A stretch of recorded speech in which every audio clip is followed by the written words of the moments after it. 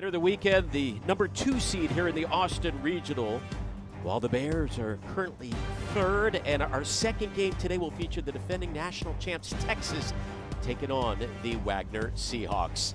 Here we go from Austin. Alongside Kat Osterman, I'm Alex Loban. Kat, let's start with Wisconsin. Back in the postseason for the first time in 4 years, led by the powerful bat of Hillary Blomberg. Well, yeah, the offense, 52 home runs on the year, 277 RBIs. They're able to get it done up and down the lineup. But that 2-hole of Hillary Blomberg, you mentioned it, she has tied the single season record for home runs and continues to just build on that, on pace to set the career home run record with 1 more year to go. But she really is what powers this Wisconsin offense and gets them going. That offense has carried them here into the postseason for the first time since 2022. A couple of big bats in the lineup. But when you talk about Blomberg on the season, 15 home runs, tying the single season record, and for her career, 9 home runs shy of matching the all-time record. As for the Baylor Bears, they're making their 17th appearance in a regional, led by the speedster Brooklyn Carter at the top of the lineup. Well, 2 years ago, Brooklyn Carter transferred to Baylor from Washington, and ever since she has made her mark on this program, she leads off. She is the spark plug, a lot of speed, a lot of consistency, but she's going to have to put the pressure on the defense and let her team build off of that as the top part of this lineup. How important is game 1 of the regionals? Well, historically, 97% of teams to make a super have won their first game of the regional. We got the Badgers and Bears coming up next in game 1 of the Austin Regional.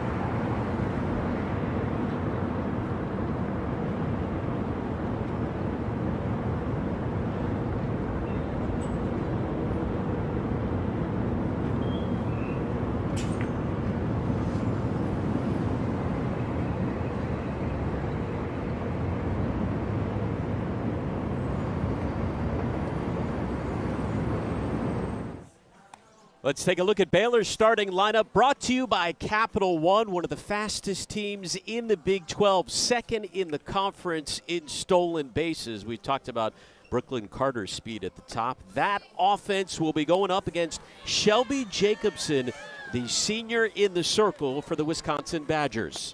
Well, Shelby Jacobson having a career year in the circle, named 3rd team All-Region.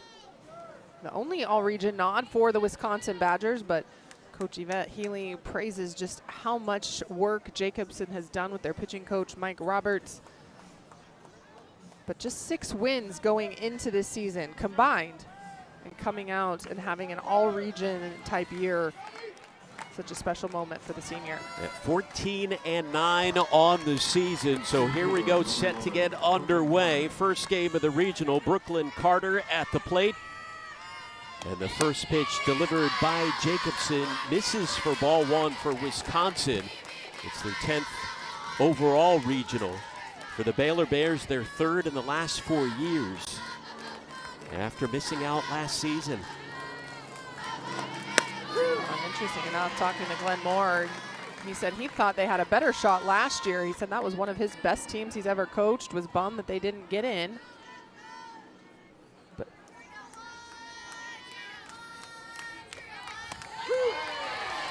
1 and 2 from Jacobson. Well, we're going to see Jacobson use a little bit of everything. She can hit all 4 quadrants. She throws in the low 60s, trusts her spin, but that changeup, which we just saw for strike 2, going to be a difference maker against this Baylor offense. My favorite part, talking to her, trying to understand how she clicks. She is the polar opposite of I ever was in the circle, but you didn't play on vibes? She plays on the vibes. Good vibes only. She stays loose, cracks the jokes, keeps everything light out there on the field. It is a very loose and relaxed Wisconsin team as Jacobson fields that one for out number 1. Said they are just thrilled to be here again after missing out on the postseason for the last 3 years. Definitely have some added motivation and bulletin board material. When the all-conference team was recently announced, not a single Badger made any of the all-Big Ten teams.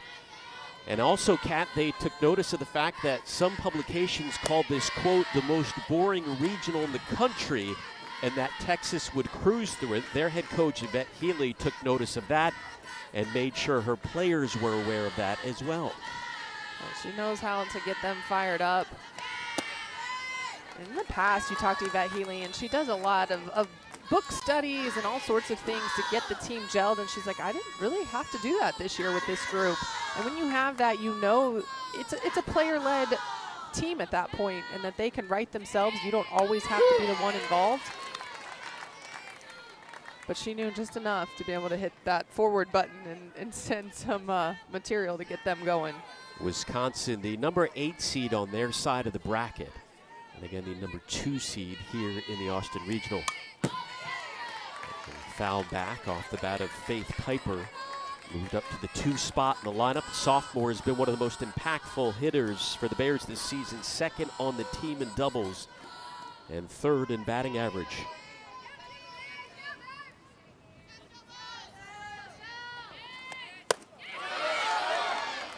Did not go around in this era of the long ball, Cat. This is a throwback Baylor team that relies on small ball stolen bases. They are last in the Big 12 in home runs, but again, 2nd in stolen bases. And it has helped them go 28 and 26 on the season. Well, yeah, Glenmore has historically had teams that put pressure on the defense. As you mentioned, they play small ball, they slap, they'll hit and run, they'll steal. He allows some of his base runners to be able to have free reign. Brooklyn Carter, and pretty much for the most part, can go when she feels like it, read the ball as she feels like, push the envelope. But a little less power than Baylor's had in past years. There's some pop off the bat of Faith Piper, and the announcer Jinx kicks in. 1 out into the game as Piper shows off some power with the extra base hit, and Baylor with a runner in scoring position. Well, this is a changeup that hangs up in there, and Piper stays back, able to drive this to right center, but up in the zone, and you see her just take the barrel, pull that a little bit. But the depth of that allows Piper, who runs well, to get to 2nd. Baylor with their first runner in scoring position early in this one. Here comes Amber Tobin, the senior shortstop, who has put together the best season of her career, leading the team in batting average. And she's driven in 47 runs on the season. She takes ball 1. Well, right now, if I'm Baylor, I'm looking for that changeup up in the zone. Jacobson has had a little bit of difficulty hitting that bottom part of the zone. She's getting behind with that drop ball. But really using that changeup as the difference maker. If you're able to take that out of her hand as an offense, especially early in the game, it's going to set you up either for free passes till she finds the zone or able to hone in on one part of the plate. Tobin has a favorable count. 2-0 from Jacobson. In there for strike 1. Baylor averages about 4.5 runs per game on the season. They have played one of the toughest schedules in the country, the toughest in the Big 12. So they have been battle-tested heading into the postseason. Tobin up the middle. 2 away.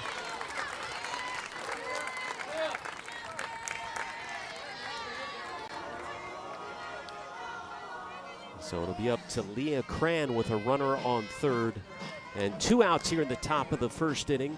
Cran, the junior first baseman, has been putting up the best power numbers of her 3-year career, leading the team in extra base hits. They could use one here.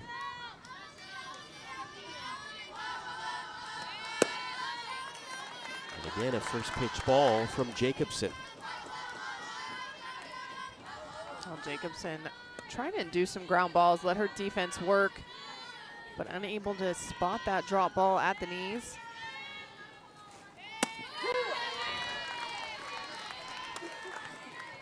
Jacobson named to the Big Ten All-Tournament team after the Badgers beat Purdue and upset Oregon, what they called their biggest win of the season. Helped them get into this regional in the postseason.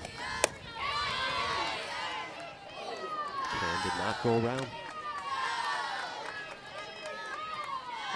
You can tell Baylor, having scouted, going to be patient, force Jacobson to bring it up. They have not chased the ball out of the zone yet.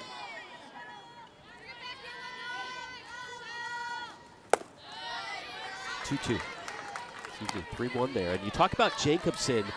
You know, you mentioned her career numbers heading into this season, 6 victories. Her head coach, Yvette Healy, said people don't understand how hard it is to go from not being an ace the first 3 years of your career to suddenly being thrust into that role in your senior season. And already in a bit of a pickle here with runners on the corners and 2 away.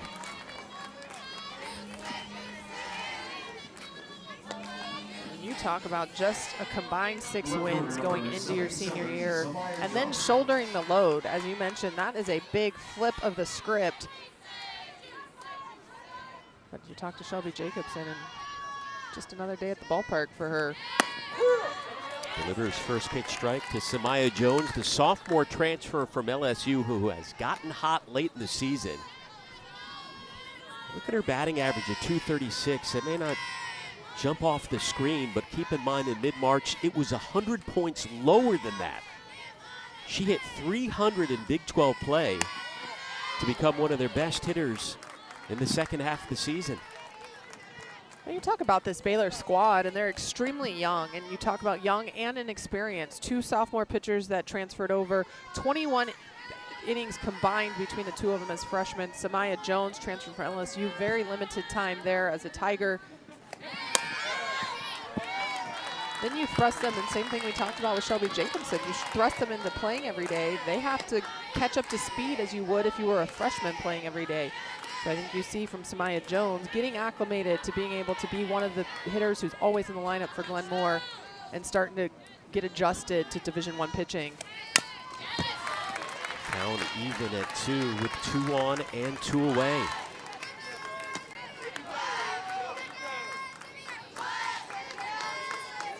Piper at third, Cran over at first after a double and a walk.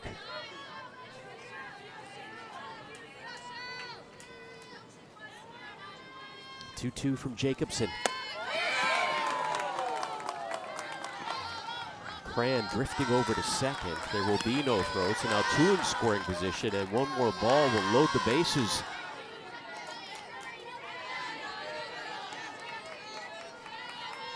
Jacobson, 25 pitches thrown here in the first inning.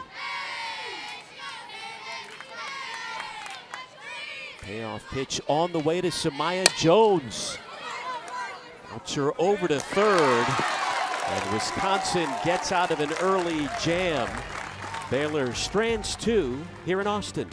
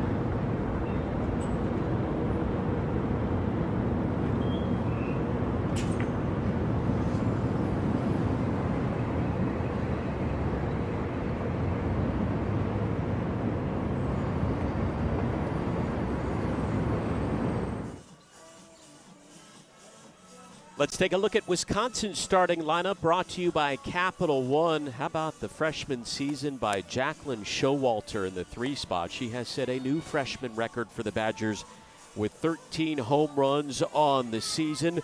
Showalter and company will be going up against Peyton Tanner, sophomore transfer from Tennessee, who is top 10 in the Big 12 this year in strikeouts. Well, Peyton Tanner, we talked about it. Limited action as a freshman, has been able to come in and be one of Baylor's main 2 pitchers. Going to enter today with the 4.33 ERA, but has gone up against some of the top offenses. We're talking the last 2 weeks, playing Oklahoma State, Texas Tech. Been able to keep Baylor in some of those games. This Wisconsin offense averages nearly 6 runs per contest. In that upset of Oregon in the Big Ten tournament, they put up an 11 spot. Most by the Badgers ever in a Big Ten tournament game. And their first pitch misses to Emily Bojan, one of the 3 seniors on this team, who has saved her best for last, having a career year, hitting .355. And came up big in that win over Oregon in the conference tournament, smashing one off the scoreboard in College Park, Maryland.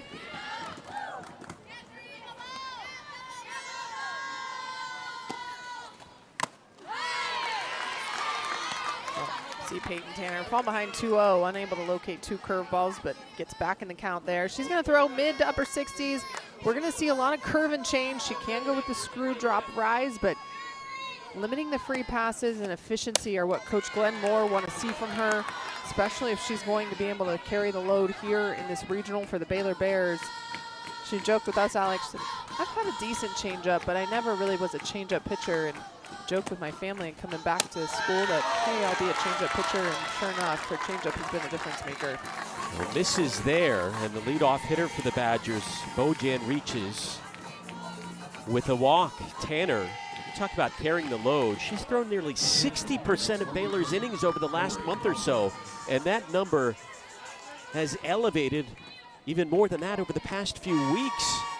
Here's Hillary Blomberg, home run hitting machine for the Badgers, and has tied the program's single season record with 15. Earning the nickname Bomber. She's just 9 shy of matching the all-time program record and still has another year to go. It's so cool to be able to talk to her and get her perspective on it. Sends one to right center. We can save that story, Pat. We got plenty of time this weekend to wax poetic. Well, I think there's something to say when you grow up being a fan of a certain university, as Blomberg did of Wisconsin, Kagan Marshall did of Baylor, and then being able to actually fulfill the dream to wear that uniform. And again, we'll get back to it on the record book, but then keep your name with that university for a while. That's going to be pretty cool. Yeah, she takes a lot of pride in that as they throw back over to first from Flores. Another power hitter at the plate with Jacqueline Showalter, who's behind 0-1. Badgers freshman record, 13 home runs on the season. Over the last 3 weeks, not many better in the Big Ten. During that span, hitting .524 and leading the entire conference in RBIs. But behind, now 1-2. Alex, after that pickoff throw down the first, one thing for anyone watching to look at, Abby Flores, a left-handed catcher.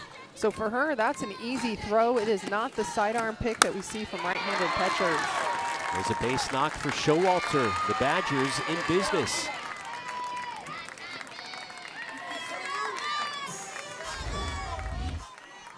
Well, ahead in the count, Peyton Tanner just throws this pitch too good. That is right down the middle, and Showalter able to just get barrel there and drive an off-speed pitch out to left field. Both teams starting to put runners on early in this game. The big key will be who can cash in first. Badgers will send over a pinch runner. Sydney Spear taking over at first. Bojan is still at second. And here comes the cleanup hitter, Kendra Lewis. Sophomore has been one of the toughest players to strike out in the nation on the season. Lewis just 5 strikeouts compared to 27 walks.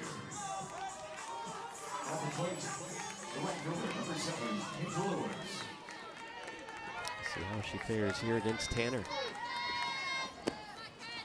And takes ball 1. So Baylor had 2 on in the top half of the inning, both in scoring position. Here's Wisconsin with runners on first and second after a walk and a single.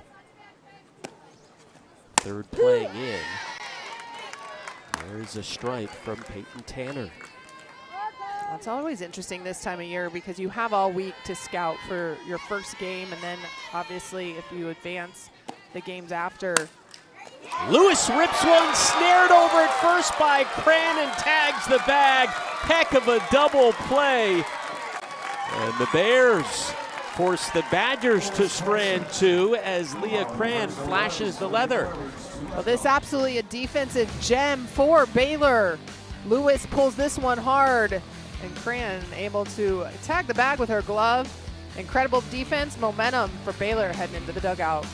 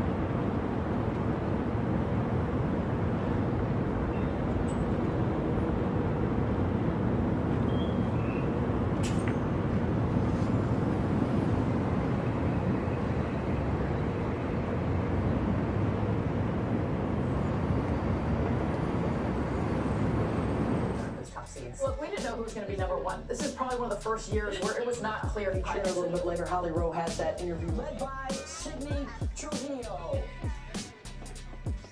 That action will get...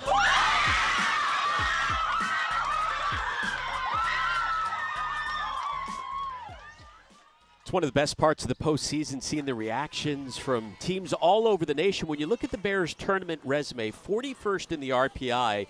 After that selection was announced, Glenn Moore said there was a huge sense of relief in the room.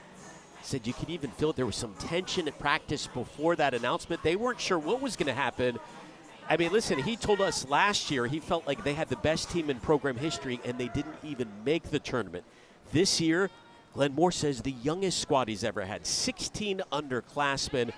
And that speaks to the job he has done as a head coach in his 26th season, guiding this team here into the postseason.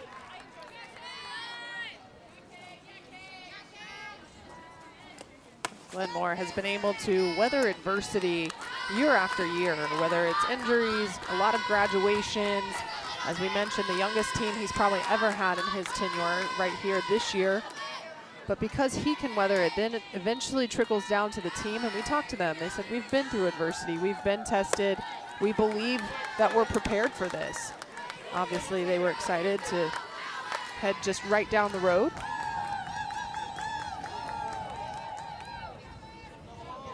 Kagan Marshall leading things off here in the second. Glenn Moore, 17 regionals, 7 super regional appearances, 4 trips to the Women's College World Series. He's the winningest head coach in any sport in Baylor history. And you talk about the youth on this team, that is quite evident. When you talk about 18 underclassmen, And even those 11 sophomores, quite a few are transfers in. So Coach Moore just starting to rebuild. But he said this bid into the regionals, very promising for him and his staff moving forward as the portal opens up and they hit the road recruiting this summer. One of those underclassmen reaches to lead off the second, the walk to Kagan Marshall. Here is Olivia Bittner,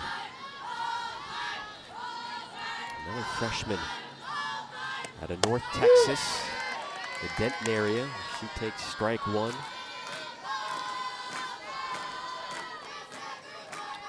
It's a Baylor team that has just had so much bad luck with injuries over the past few years. We mentioned the talent Glenn Moore thought he had on his team last year.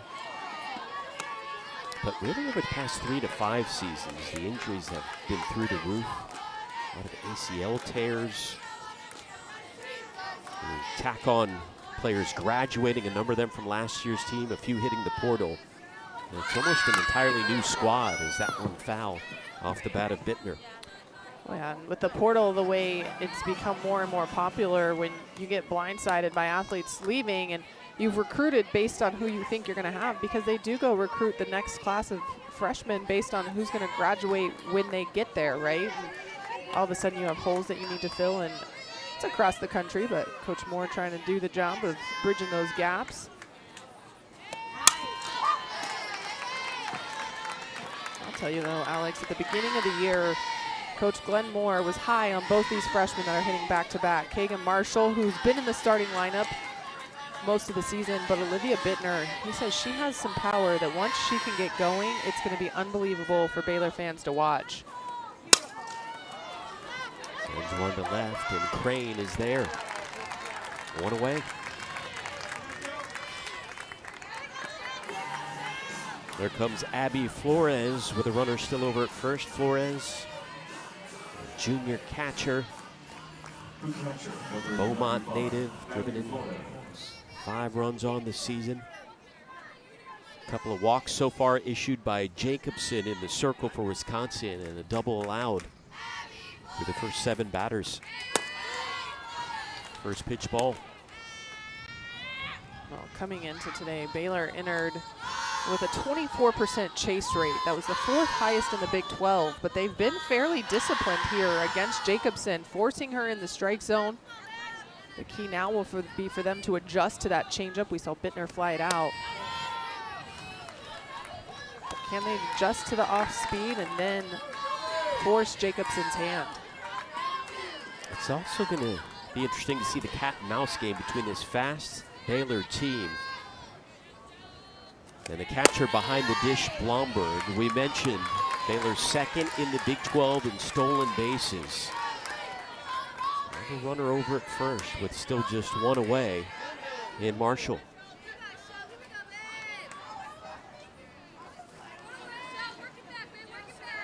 Blomberg, meanwhile, has thrown out 12 base runners this year. And that'll be an interesting battle as that last pitch from Jacobson finds the strike zone.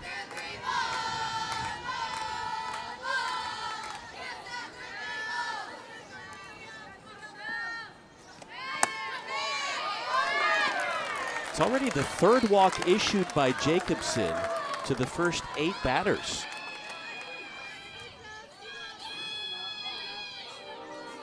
Well, that 3rd walk for Baylor so far, it's most in the last 10 games. So you can tell they have a plan to be patient against Jacobson. They're just 9th in the Big 12 in walks. Another freshman for Baylor at the plate, taking ball 1. Gianna Gussman is a top 15 recruit in the country, coming out of Riverside, California. 14 RBIs in her first season. And Wisconsin will call time to talk things over in the circle. Well, the way this is going for Baylor, and not surprised that they aren't ranked higher in walks, because when you're an offense that wants to use your speed, you're going to try to attack normally earlier in the count. But with the scouting, it looks like Baylor, knowing Jacobson's going to try to work around the zone and get you to chase, they're being extremely patient, which means they don't have to force the action. Jacobson's giving them the bases, but now with runners on, they do have to figure out, okay, how are we going to cash in on the pitch that is around the plate? Shelby Jacobson did have 108 strikeouts coming into today, but conversely also had 88 walks on the season. You can see the breakdown, more balls than strikes right now. And we talked about it. The little bit of an inexperience first 3 years, you come in, not only are you coming in to play, it's your first regional. It's in a big environment. You know that this is, you know, a win and go on game. Comes back with a strike.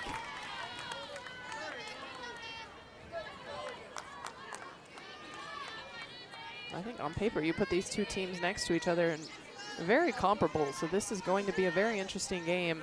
I really think it's going to be on momentum, or if you're Wisconsin vibes, who can take control of that first. Jacobson now ahead of Gussman 1-2. And Shelby Jacobson, 6 total victories in her first 3 years in Madison, 14 this season. Big pitch coming up. Swing and a miss. And there is strikeout number 1 on the day for Shelby Jacobson. Well, runners in scoring position. The senior steps up here, uses this screwball in the outer half. It's tailing away from Guzman. Guzman unable to get a piece of that, as you see that just tail off the corner of the plate. Nice pitch by Jacobson. 2 outs for Brooklyn Carter as we go back to the top of the lineup. She grounded out to begin the game. This one gets past Blomberg. And for the second straight inning, runners on second and third with 2 outs for the Bears. Mix up there between the senior and the junior battery. That Healy looks on after another first pitch ball from Jacobson. The 1-0 to Carter. That one inside, nearly caught her.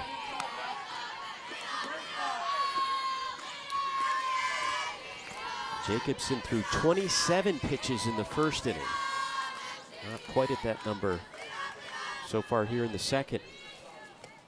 Well, and you can tell that Baylor has a plan. We've talked about their patience, making Jacobson work, but watch when Carter gets on in the box. You also see she's right there on that chalk line. She's standing in right now, so you can tell they're getting on the plate to force her to throw inside, be ready, but also protect against that screwball right there that Carter fouled off. The count evened up at 2. Brooklyn Carter, former transfer from Washington. Second in the Big 12 in stolen bases. Hitting .321, and this year has struck out in just 5% of her plate appearances. It's one of the best numbers in the Big 12. Taps one up the middle, Jacobson. Cool, calm, and collected in the circle, and again, the Bears strand 2 in scoring position, still scoreless here in Austin.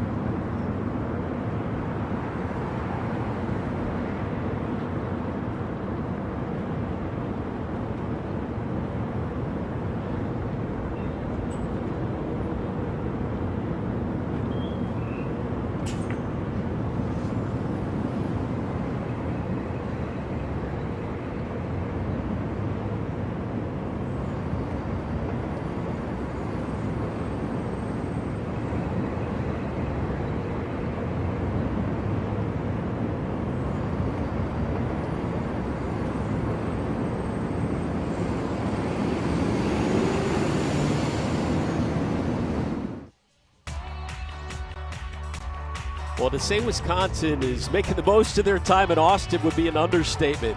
Went line dancing on Wednesday night. Some were prepared with the boots. Others weren't quite ready there. And then zip lining over Lake Travis. I mean, they were having a blast. And we talked about them being carefree. I think that's pretty evident right there, Cap. Well, yeah, I think you make the most of this trip, but at the same time, Yvette Healy pointed out, hey, we're going ziplining because it's going to be hot. I want them to know how hot it's going to be at 12:30 tomorrow. But also the line dancing at the Broken Spoke, an Austin, so I guess what would hot spot? Yeah, mainstay. A mainstay that, man, as everything develops, the Broken Spoke has stayed true, but they found themselves there, and Ashley, their SID, also let us know they did buy some of those boots here in Texas, so they are definitely living it up. At the very least, going away with some souvenirs. They finished 7th in the Big Ten.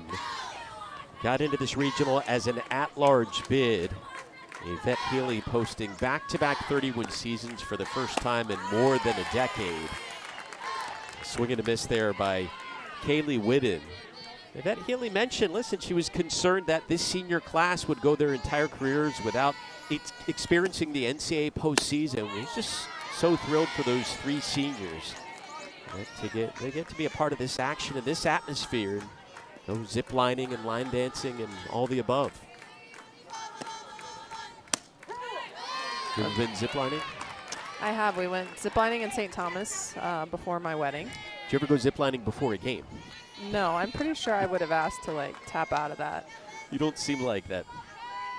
The vibes are all serious and intentful here. Right. Swing and a miss. Good vibes from Peyton Tanner with a strikeout in the circle. Well, Peyton Tanner working ahead of Whitten here and uses this curveball away. Doesn't have to use her off speed, stretches the plate. You see Whitten just going out and getting that pitch. Good first out for Peyton Tanner here in the second. You ever been line dancing? Is that one chopped over to Tobin? I actually have done that and at the Broken Spoke. Never tried. I've never even put on boots. I would look like Woody from Toy Story. It's no, not you my wouldn't. thing. We're going to have to go find you some cowboy boots. Peyton Tanner so far with a much more efficient second inning after allowing a couple of base runners in the first. 2 up, 2 down. Here in the bottom of the second. First pitch strike to Riley Crane. So many pitchers don't take into account efficiency. And when you have 1 or 2 dominant pitches and then you have to fill it maybe with your 3rd and 4th best, it's so important to get hitters out as quickly as you can. Not only does it save pitches on your arm, but it also allows hitters not to be able to see everything you're offering in their first at bat. Fouled back by Riley Crane. Senior left fielder, one of those 3 seniors we were talking about.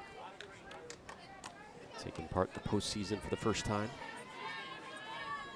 I did like they pointed out, this senior class played here at Texas, at McCombs, in the rowdy crowd as freshmen, so they're familiar with this environment. But set down 1-2-3. We will talk to the Badgers head coach Yvette Healy coming up after the break.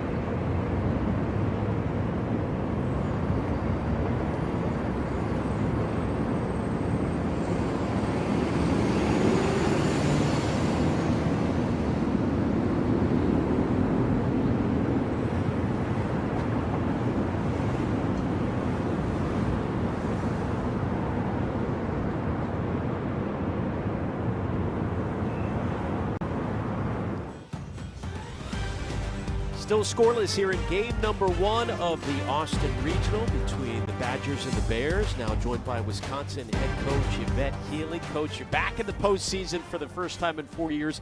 What was the message to your team? You know, we talked about you earlier going ziplining and line dancing this weekend. What was the message to try and make sure they played loose? Because it seems like you all been having fun leading into this weekend. Yeah, you know, we had to get acclimated to the weather. We might as well be out in the heat and do some little hiking and see some sights here. So it's good for us to get out here a couple days and get settled in. Coach, a little bit of a slow start, not scoring yet in this game here, but against having scouted Baylor, what is it you're going to look for your offense as this game continues? Oh, you know, they're very similar to us. They run well. They've got good short games. So I think you've got to be able to manage the energy and the momentum of the game. And so it's just the start's just fine. We're facing a really good pitcher. I like where we're at right now, and we're just looking to build a little momentum. I appreciate it, Coach. Thank you. Yvette Healy in her 16th season in charge of the Badgers. Also keep in mind taking part in this Austin Regional in case they do end up facing Texas. She has already played against Mike White coach teams in 3 previous regionals going back to his time with Oregon. Yeah, she pointed that out real quick and said, you know, utmost respect, but I gets into a regional with Mike White quite often. It's old hat for her as the 2, 3, and 4 hitters leading off against Yvette Healy's team for the Baylor Bears. Faith Piper, Amber Tobin, and Leah Cran, each team with 1 hit so far. And multiple base runners on for both of these squads. Which one will break through first here in the opening contest at McCombs Field? Baylor so far has been able to threaten the most. 4 runners in scoring position. Coming into today, just .299 with runners in scoring position as a team average. So for Glenn Moore, who's going to be the one to step up and break this open as opposed to who's just getting on base? Well, Shelby Jacobson, behind 3-0, she's already thrown a lot of pitches. 27 pitches thrown in the first inning, 24 in the second. Finds the strike zone here, 3-1. Not to sound like a broken record, Alex, but it's that changeup that Baylor's going to have to figure out how to take out of Jacobson's hand. That's a foul ball. Rolls into the gap. Full count coming up. Blomberg having a good laugh over that one. Talk about this weather here. You know, for this time of the year, it's not blazing hot in Austin. For the Badgers, however, temperature's quite a bit cooler in Madison. It'll take a little bit of getting used to for them. Well, yeah, a little bit. And thankfully, as she mentioned to us prior to going on air, doesn't have the second game, and she feels like the weather's better right now than it would be in game 2. Nice job by Conger over at short. Winner of this game will enter the winner's bracket and face the winner of Texas and Wagner, as those 2 teams will square off later today. First pitch for that contest set for 3:30 Central. Some Texas fans taking in both contests, and wisely, for the most part, in the shade. Everyone trying to figure out where the shade is here. Yeah. If you get some, you don't get up to go to the concession stand. Stay away from those metal bleachers in the sun. It's going to leave a mark. That was a really nice pick by Conger there on that first out. Jacobson able to get a lot of ground out here for her defense. Decent amount of Wisconsin fans here as well, considering the trek quite a bit further than Baylor, who made the drive from Waco. The long sleeves on that's not going to last long, my friend.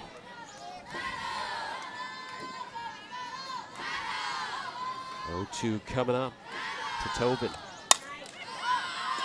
Pops it up.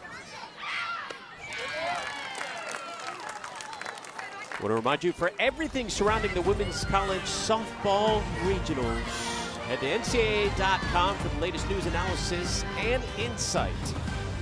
Women's College World Series begins Thursday, May 28th, noon Eastern on ESPN. And already, this is the first day of the postseason, and we are on upset alert. Kat, the last we checked, a few innings ago, Stetson was leading Florida State. Yeah, going in the bottom of the 7th right now. Stetson up 8-3. Wow. With 1 out. The Hatters. They can hit. So they came out making a statement. Last time I checked, they had 8 runs and 11 hits, 2 home runs. Shot foul. Like I said, going into this postseason, you know who your first matchup is on Sunday. So Monday, Tuesday, Wednesday, you are truly preparing and scouting over and over about what arm you think you're going to see. A lot of times it's usually pretty easy to predict which arm you're going to see.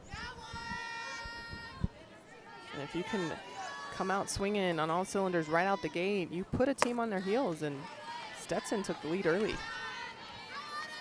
It's just the second game of the NCAA postseason to get underway, and already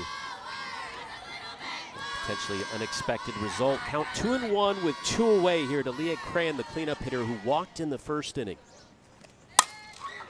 Belts one to left field. Crane gets Cran, and it's a 1-2-3 third. On to the bottom half we go, scoreless between Wisconsin and Baylor.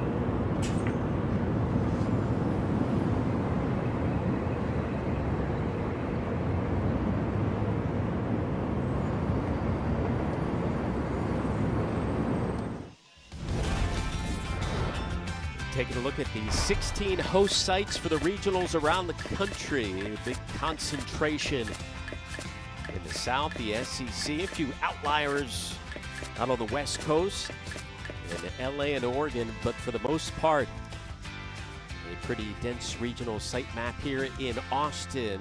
Wisconsin and Baylor kicking things off. Wisconsin, the 8 seed in their side of the bracket, the 2 seed here in the Austin Regional, taking on Baylor.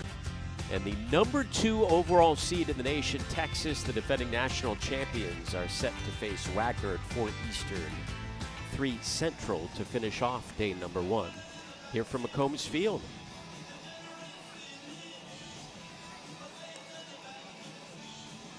Fans just scouting here, the Texas fans, looking at what their next opponent has to offer.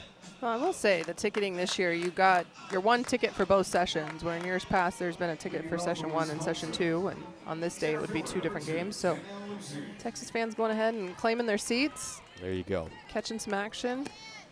Staking out their territory as the first pitch misses to Danielle Lucy. And also probably getting familiar with who they might see tomorrow.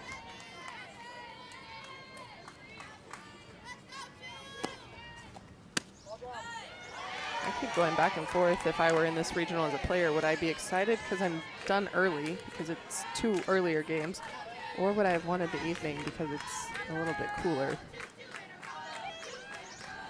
It's a good question. We had pretty cool temperatures early in the week here in Austin. It's supposed to be around 90 today, and tomorrow and Sunday. Of course, tomorrow, the big day, will have 3 games in action here from McCombs Field, and then 1, 2 if needed on the final day.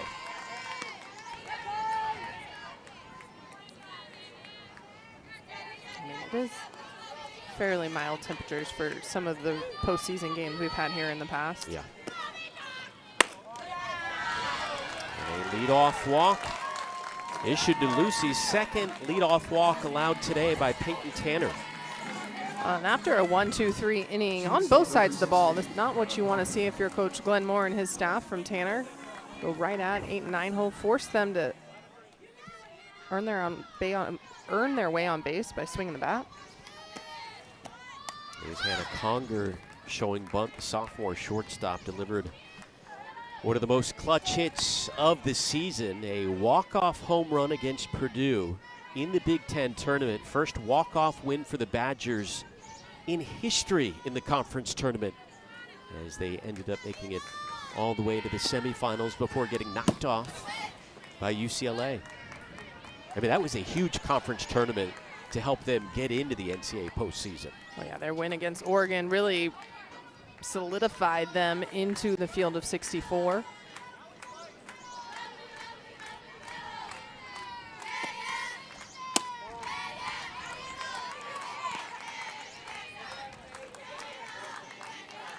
Conger's gotten hot at the right time of the year. Sophomore had 2 home runs in the regular season. That's it. None in the last 24 games. Swing and a miss there. She had been hot heading into today, but a strikeout victim there. Second K of the day by Peyton Tanner. Well, Conger tried to sack bunt, but unable to get it down, and you see there Tanner allowing that ball to just spin away from the right-handed hitter. If she can keep that ball close to the plate, she's going to be able to induce a lot of swing and misses as well as fly ball outs. It has to keep it within a couple inches of the plate. She has missed fairly wide quite often today. Back to the top of the order, Emily Bojan, who walked the first inning. Snap throw back to first as Lucy gets in there.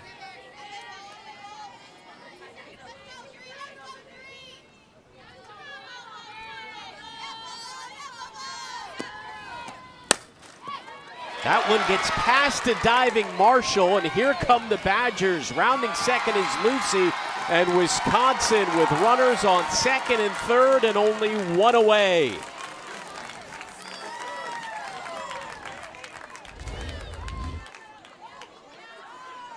You see Tanner trying to use the ball away, but that's staying over the plate. Bojan does a great job of going down and getting that, driving it right past Marshall at third base.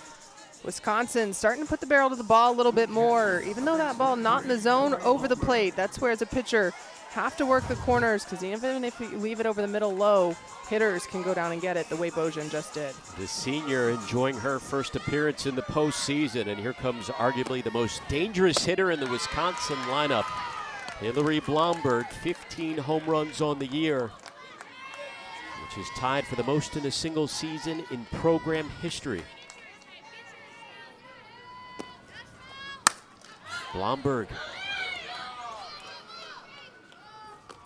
And that is a huge second out.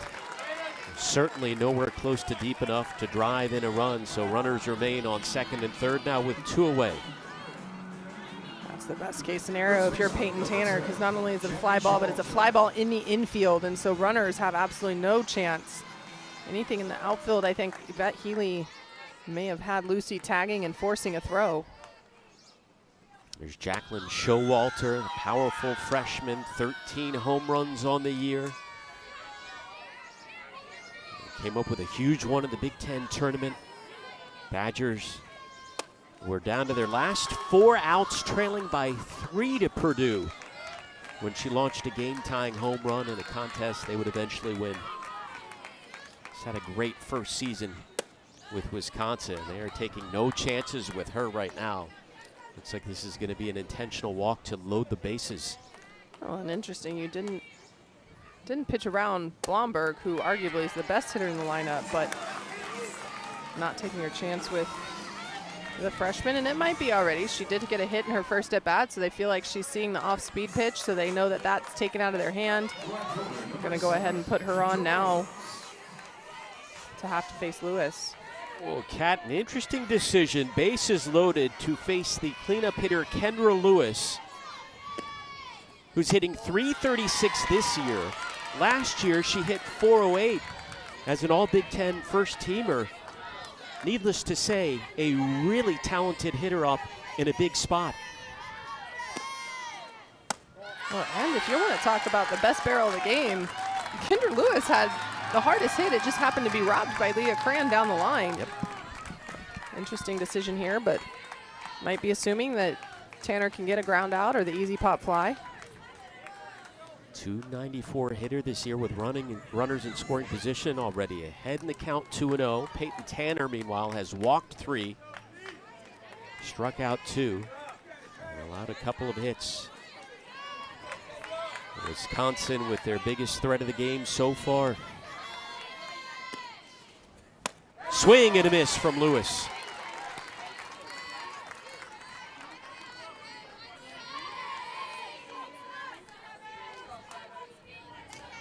Six home runs on the year, 34 driven in for the sophomore. And Peyton Tanner now 1 ball away from walking in the first run of the game.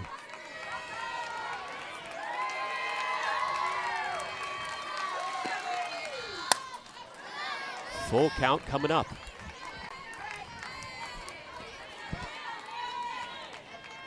Lucy over at third, Bojan at second, and Showalter at first. Nowhere to put Lewis. Lewis pokes one down the line. And Lewis flies out, leaving the bases loaded. Peyton Tanner getting out of a major jam for the Bears. We'll talk to their head coach coming up next.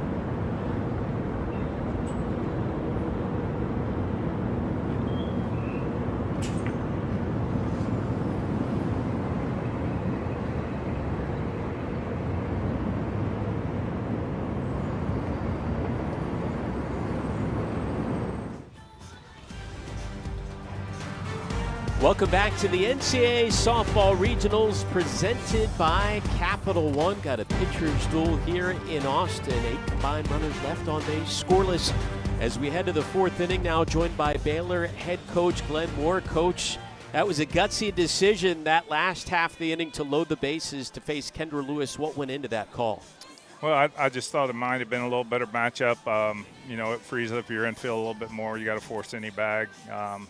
So just played the odds there. It's kind of like pick your poison, though. Both great hitters. Coach, your offense, you're getting runners on and in scoring position. What's the adjustment to start to capitalize on those opportunities? Yeah, well, we've run our pitch count up early on. This is what we're hoping to do, and hopefully see more pitches, throw more off speeds than we anticipated. We just got to have better at bats when we get in those situations. First 2 innings, I think we left runners at third base. So just better at do what the game asks you to do, just better at bats in those situations. All right, appreciate Thank it, Coach. Glenn Moore in his 26th season. And we talked to him yesterday saying, how have you done it? How have you adapted in this game? He said he still feels that call to help these kids day in and day out, not just on the diamond, but in life. It's just been an absolute mainstay for this program and the entire Baylor University, the winningest head coach in any sport in Bears history. Samaya Jones leading off the fourth, takes strike one. Kat, you have an upset alert for us? Oh, we do. Stetson went ahead and closed that one out, 8-3, beating Florida State. Wow. And mind you, Base hit for Jones. Florida State entered the tournament winning 12 straight regional openers. The last time they lost was to San Diego State in 2012. It's that time of the year. Mayhem already underway on the opening day of the regionals. So a leadoff single for Samaya Jones. And here comes the powerful freshman Kagan Marshall. Walked in the second inning. On the year, 10 home runs. First Baylor freshman to reach double-digit homers in 7 years, but drops down the bunt instead, advancing the runner Jones to second.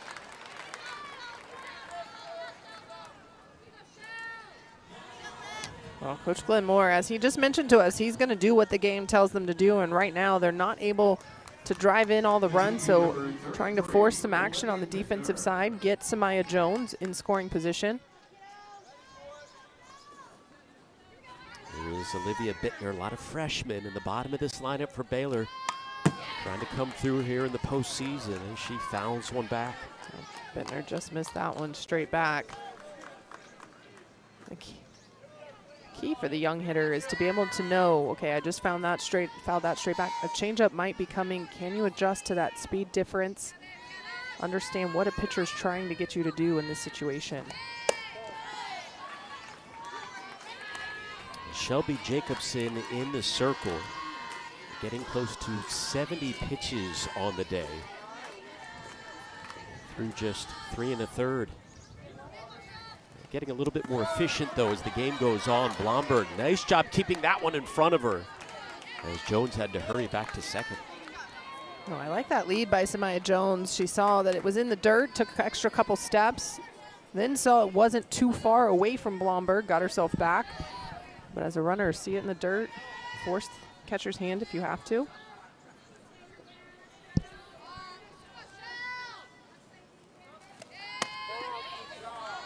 A 3-1 count to the 7-hitter in the lineup, Olivia Bittner.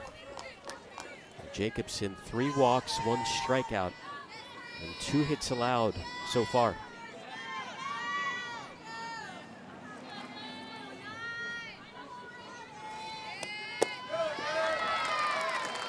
Walk number 4 for Jacobson. Well, all weekend long, the 7 Innings Live crew will keep you updated on the action from all 16 sites around the nation for this year's softball regionals. All throughout the weekend, 7 Innings Live, and already great action to talk about. We mentioned the upset in Tallahassee, who will get on the scoreboard first here in Austin. Baylor threatening yet again. This is the 3rd inning already, and they have had multiple base runners, but yet to break through against Shelby Jacobson of the Badgers. 2 on, 1 away here in the 4th.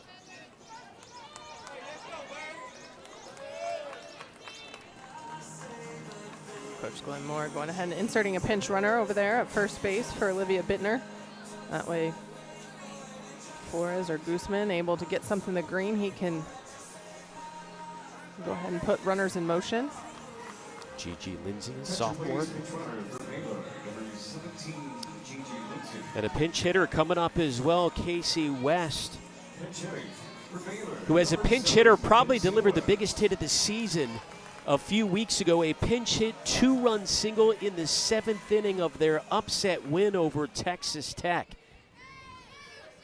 A monster at bat that was for the 5th-year senior. Trying to come through here in the postseason. We got to talk to some of the Baylor players and asked, you know, who's underrated? And first they mentioned Samaya Jones, who led off this inning, but then one of them said, oh, Casey West. She just has ice in her veins. Nothing phases her. She can be 0-2, which she was. West over to second, handled nicely by Whitten. The toss to second for 1. But the nice defense at second base by Kaylee Whitten, the sophomore. 2 away, runners on the corners. Casey West advances Samaya Jones into scoring position. Had a hard ground ball just right at Whitten there. Communication between her and Conger, though, for the double play, not as ideal as Wisconsin would like. Here's the freshman Janet Gussman, who fouls one back. Baylor has left 4 runners on so far. The Bears 0 for 6 with runners on, 0 for 5 with them in scoring position. Gussman was a strikeout victim in the second.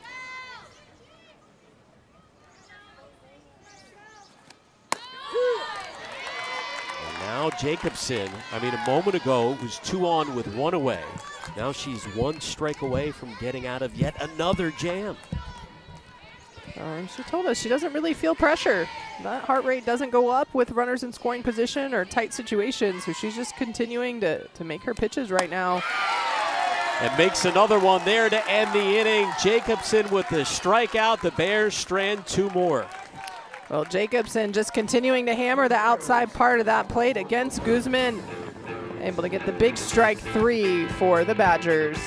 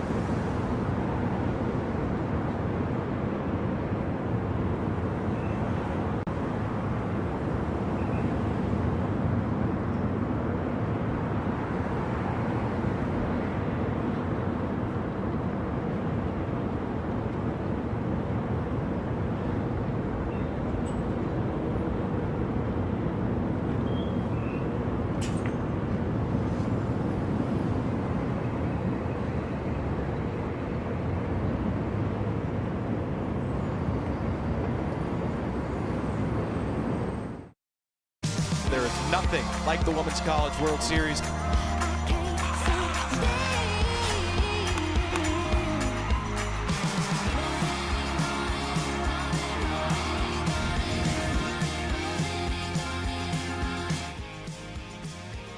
Who will end up hoisting the trophy this year? It is wide open. You talk about the last 4 programs to win it all. Obviously, the Longhorns last year. Before that, Oklahoma went on a run. And prior to that stretch, UCLA and Florida State. But you talk about the parity this season, as wide open as we can remember in recent memory, Kat. Yeah, there's no clear-cut favorite, in my opinion. I'm not going to put you on the spot, by the way. I know I've done that before. Well, Alabama with the 1 seed, but Texas just upset them in the SEC tournament. Oklahoma with the 3 seed, who traditionally has been able to storm through the postseason, but has been beatable this year as well.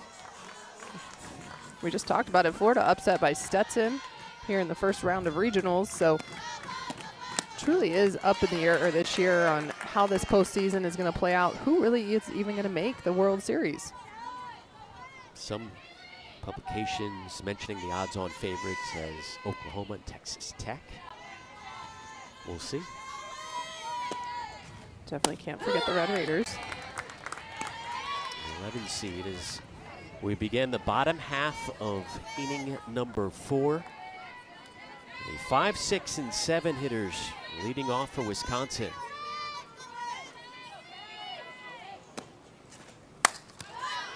Popped up The foul territory from Kaylee Whitten, who struck out in the second inning. Both of these teams have threatened, but the pitchers Peyton Tanner for Baylor and Shelby Jacobson for Wisconsin have done their part so far. We talk about the vibe staying loose for Jacobson, but Peyton Tanner, she almost gets better as there's pressure put on. Saw her get out of the big bases loaded jam and just cool, calm, and collected as she came off the field. Transfer from Tennessee. Appeared in 9 games for the Lady Vols last year. A couple of starts for a team that made it back to the Women's College World Series. Whitten lifts one to left center. Carter's there. Tanner last year for Tennessee threw a perfect game against Delaware State, but I mean, you look at that staff, she was stuck in a logjam behind Carlin Pickens, Sage Margetko, Aaron Newer as well, who's had another phenomenal season, and felt like it was time to make a move and ended up in Waco.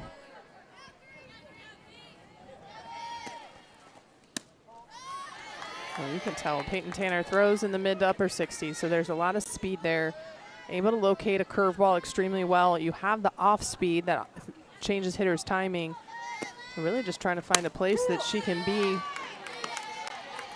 one of the go-tos, and she found that as she went into the portal. And sometimes you get in a staff, and when other people heat up, it's not about what you can't do. It's more just about what they are doing, and if you don't fit in that picture, go find yourself a home that you do fit in, and Peyton Tanner has found that in Baylor.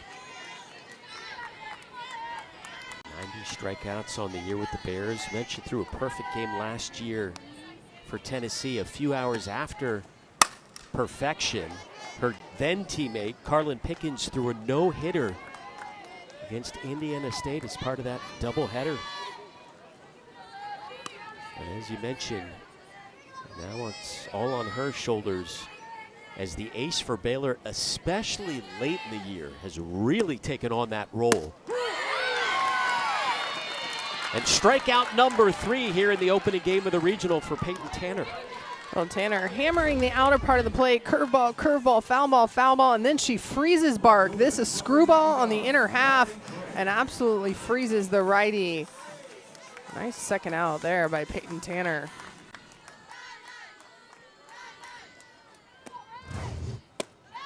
Misses with the first pitch to Riley Crane, senior left fielder out of Tucson. Each team, no runs, 2 hits, no errors. When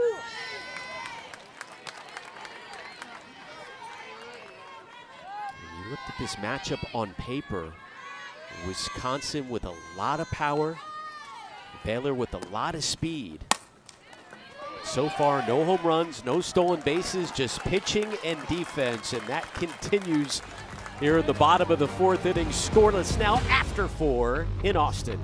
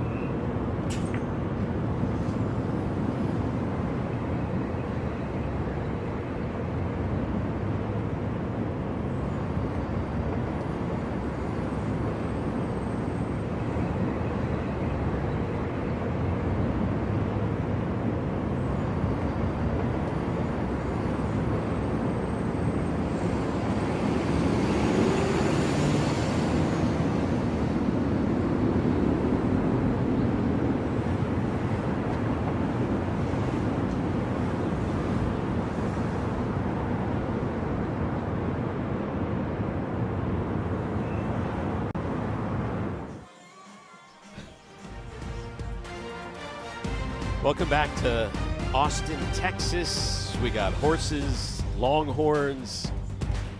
It's nothing new. Kat, you're a Texas native. I mean, this is old hat to you. This is just like seeing traffic every day down 6th Street in Austin. This is the usual. There's always horses and longhorns going down the main street. No, but that is a staple in the postseason. He brings his longhorn, he brings his dog. He will circle McCombs Field a couple times. This one off the bat of Brooklyn Carter. Into left field. Longhorns, the softball team, will take the field later on today. First pitch set for 3 p.m. Central for Eastern against the Wagner Seahawks. They're the defending national champions waiting in the wings. You never know, they might invite him to come on the field too. Take a lap around. Kavan there.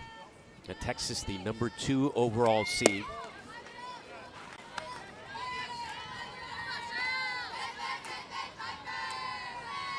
Shelby Jacobson on the circle. There's Tegan Kavan, 21-4 on the year. Got a chance to speak with her yesterday.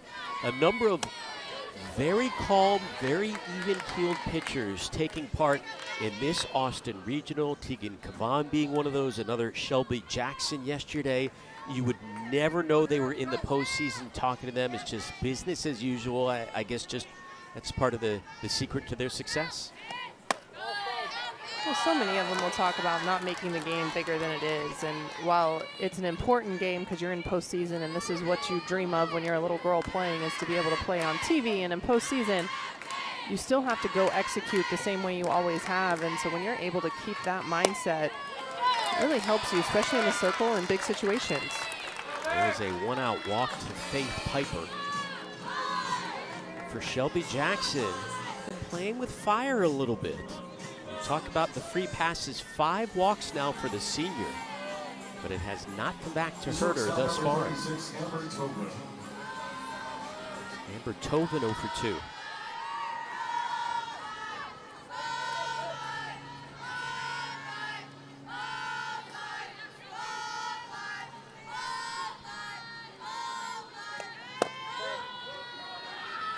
First pitch ball.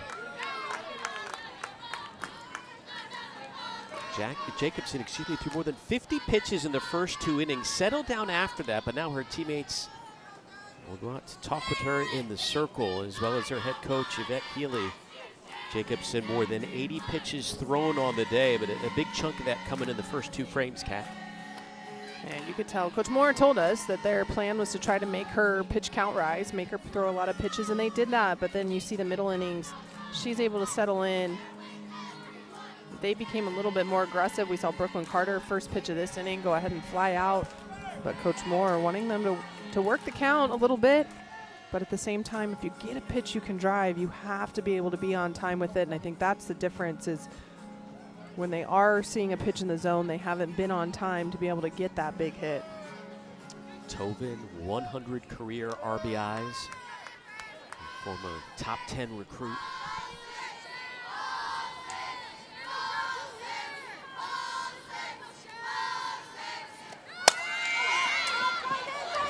Territory it goes, and that will find the stands.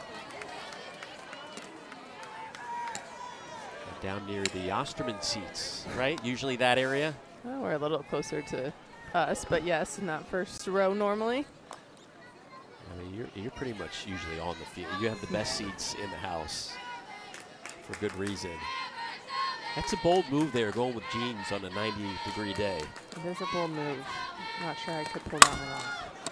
A dribbler over to short, on to second in time as they get Piper.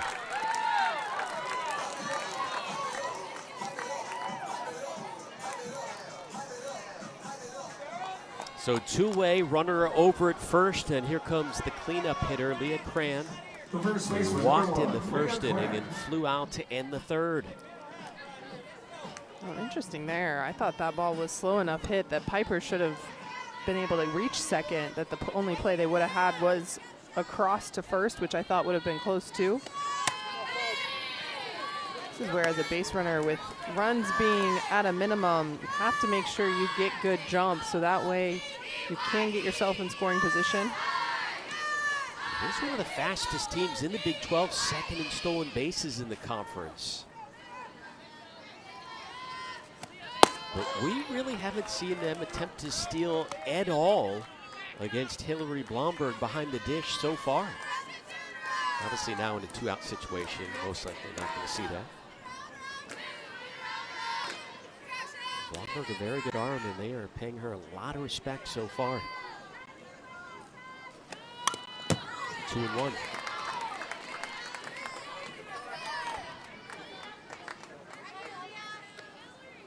Leah Cran, a couple of years ago, suffered a season-ending knee injury, but battled right back. And this year looking better than ever, leading the team in extra base hits, most doubles by a Bear in 4 seasons. Blomberg keeps that one in front of her. The throw to second, not in time. A close call, but Tobin beats it out. And she is now in scoring position. Well, this ball gets away from Blomberg, but not very far, but a nice throw. And if Tobin doesn't slide to the back part of the bag, she is out with that throw, but a great slide by Tobin to force Conger to have to reach and tag the senior in there safely. 3-1 to Cran, and we go full. Baylor has had their opportunities, but they are 0 for 8 with runners on and 0 for 6 with runners in scoring position.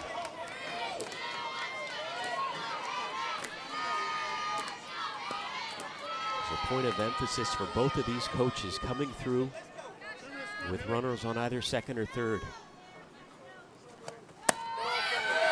And it misses. Walk number 6 delivered by Jacobson, and the top of the 5th continues. Now 2 on for Baylor.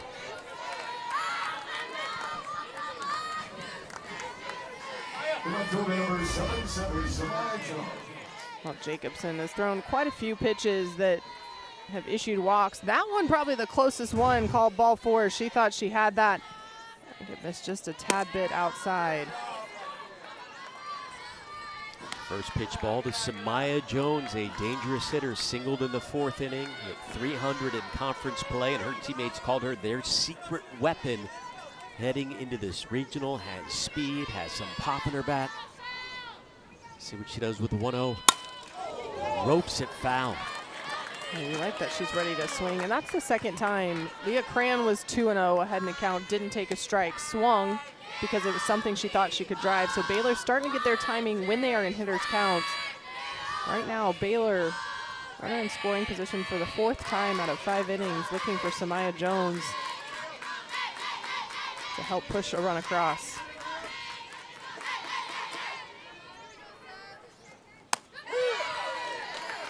Big called strike 2 for Jacobson, who is up over 90 pitches on the day.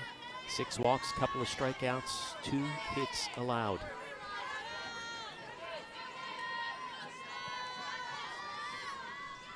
Trying to pull off another Houdini act here in the opening game of the Austin Regional.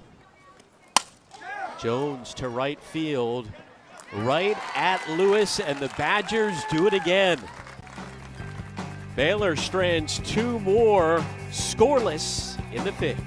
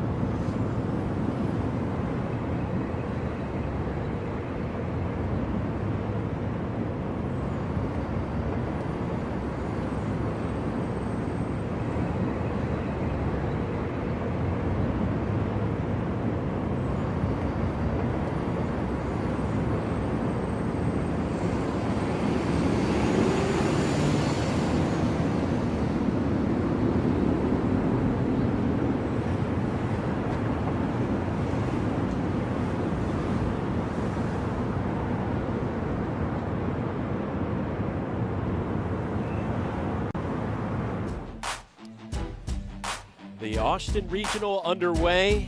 Still tied here in game number 1 between Wisconsin and Baylor. The winner moves into the winner's bracket on Saturday to face whoever comes out victorious between the defending national champions, Texas and Wagner. The Longhorns will take on the Seahawks at about 3 p.m. Central today, coming up after the conclusion of this contest. The story of this one, pitching and defense. Baylor 0 for 7 with runners in scoring position. The Badgers 0 for 3 in those situations. Wisconsin trying to break through here as we begin the bottom of the 5th inning in Austin.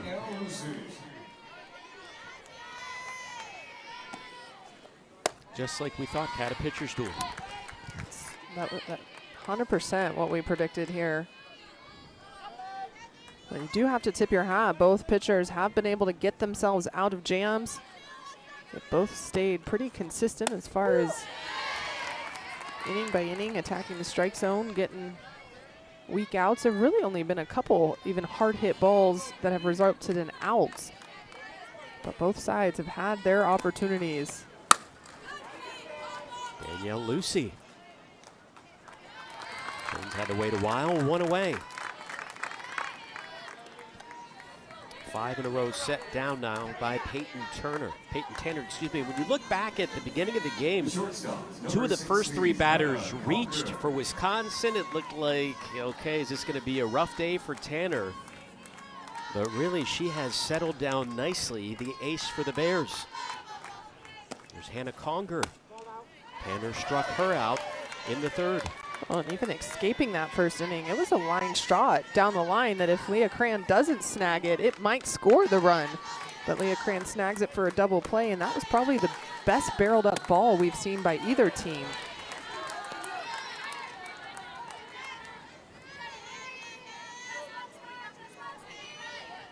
Tanner with 3 walks, 3 strikeouts. 2 hits allowed, a single and a double. 10 in the Big 12 in strikeouts this year. 91 strikeouts, has thrown 93 walks, but he's kind of managed that so far today, and now battles back to even the count. Oh, and she's able to use that curveball and that off-speed pitch right there back to back to get herself back into this at bat. That's huge because that's 2 different speeds that you just changed a hitter's timing with. Now opens up for her with 2 strikes. Full count coming up to Conger. Talking about earlier, 2 home runs in the regular season for Conger, but went yard twice in the last 2 games of the Big Ten tournament against UCLA and Oregon.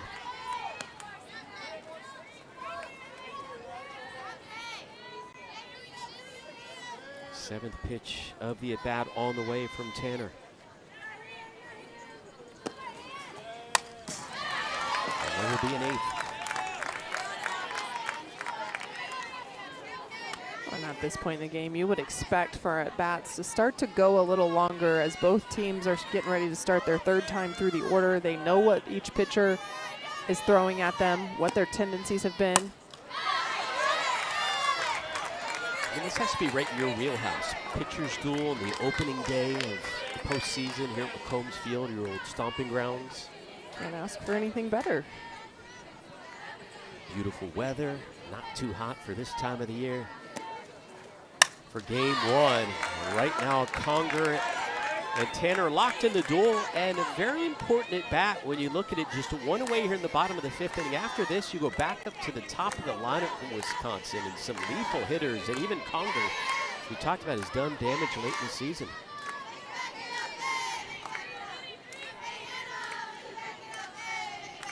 Payoff pitch.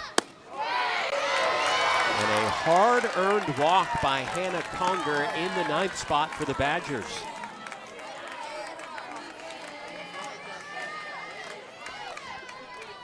That was a pretty pitch there by Peyton Tanner.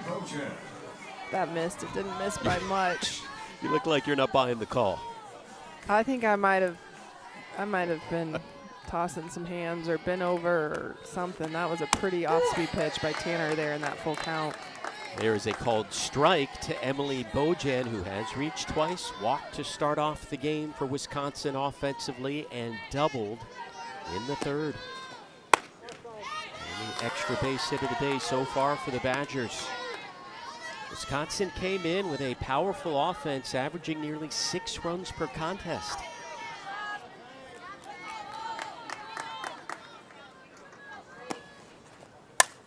Been held to 2 hits against Tanner. For Baylor, they come in heavily tested in the latter part of season. We talked about it. The last 2 weeks, 7 games against ranked opponents, 4 against Texas Tech, 3 against Oklahoma State. They got a strikeout right there. Big out number 2, Bojan with a swing and a miss. No, it's the curveball still for Peyton Tanner. She's able to spot it for a strike, and then when she's ahead in the count here, she spots it a little bit farther out and gets Bojan swinging. Great job stair-stepping laterally with that curveball. Come up with the strikeouts at the right time. Tanner with 4 Ks. And here is Hillary Blomberg, the Wisconsin native, was born in Madison, raised about 15 minutes away in Verona. Die-hard Badgers fans, and coming through here in the postseason. Sliding into second with a 2-out double, and Badgers in business. Oh, that pitch just over the heart of the plate, and Blomberg able to absolutely crush that. That's the hardest hit ball of the game so far. But Samaya Jones plays that well off the wall.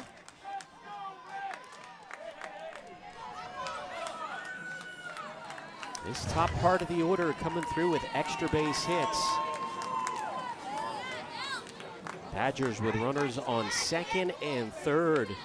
And Jacqueline Showalter due up. Remember, in almost this exact same situation, they walked Showalter to load the bases with 2 outs to get to Kendra Lewis, and it paid off for Glenn Moore. Do you think we see the same exact strategy here?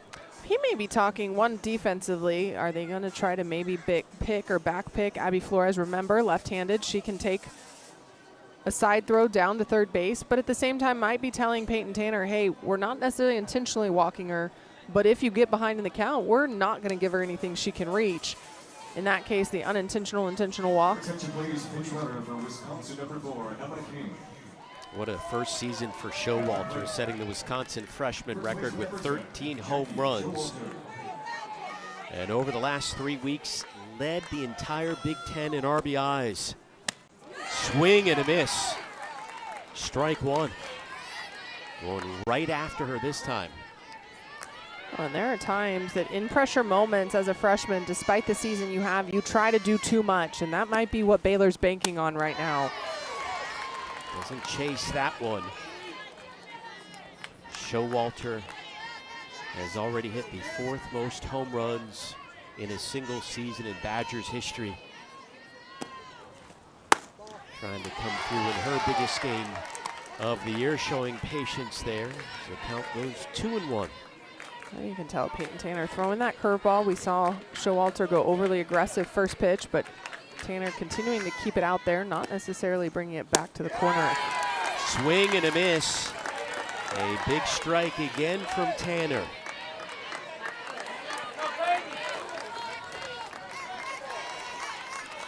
Sophomore righty ready to go, as is Showalter. Chased it. A huge strikeout for Peyton Tanner to keep the game scoreless. The sophomore has been playing with fire all game long, but none bigger here than the Badgers freshman power hitter, strike 3, and we see some passion from Baylor.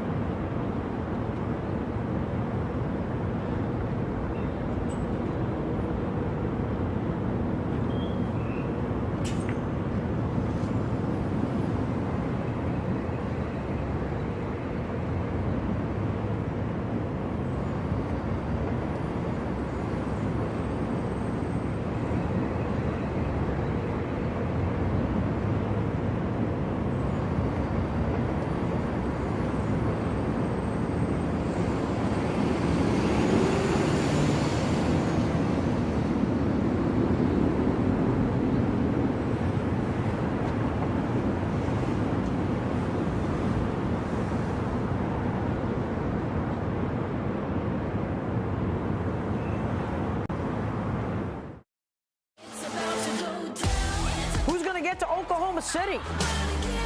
We are into the postseason.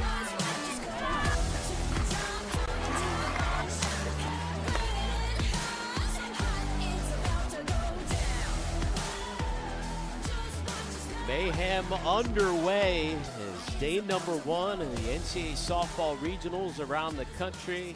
Hot day, but not too bad here in Austin. The umbrella's out. The defending national champion Texas Longhorns will take the field later today at 3 p.m. Central against Wagner. Right now, a scoreless battle between Wisconsin and Baylor. This is the first time all season either team has entered the 6th inning locked in a scoreless tie.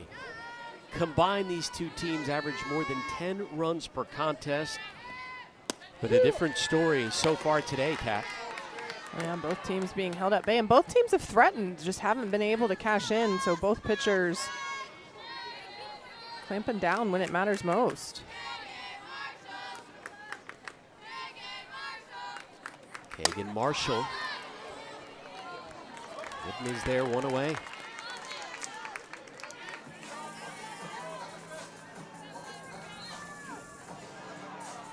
Defensive changes for Wisconsin. Mackenzie Foster taking over in left field, and Crane moving from left to right to replace Lewis.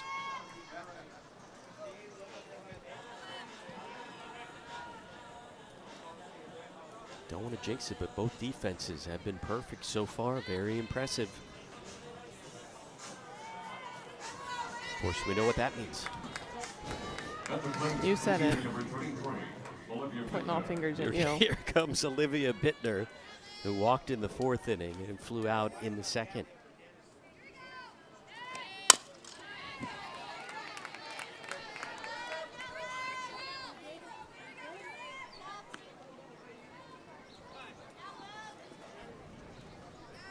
Baylor with just 2 hits so far. Second batter of the game, Faith Piper, delivered a double. They got a single in the 4th inning off Jacobson. And that is it, up to 97 pitches this senior. 6 walks, couple of strikeouts. But just continuing to battle. Now we talk about that calm demeanor, where that really pays off in situations like we've seen inning after inning today, when Baylor has threatened over and over and the pressure just hasn't gotten to it. Well, she hasn't cracked at all. Every time Baylor has a runner at third, she finds a way to get out of it. Her defense, as you mentioned, has been able to make the plays behind her, but nothing has really even been a tough play for their defense in those situations.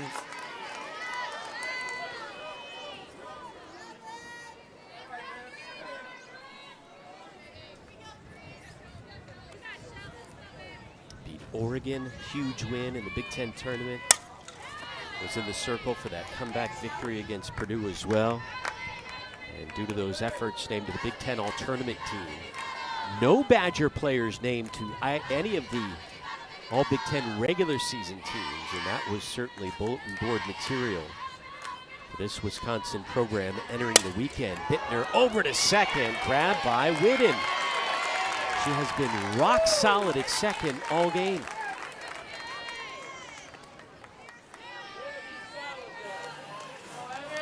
Extremely hard ground ball off the bat of Bittner as she was able to sit back on a changeup.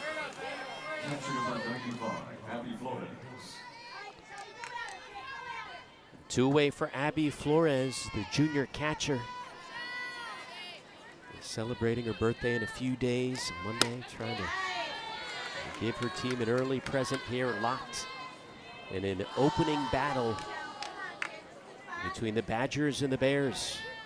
Wisconsin, the 8th seed on their side of the bracket, and the number 2 seed in this Austin regional.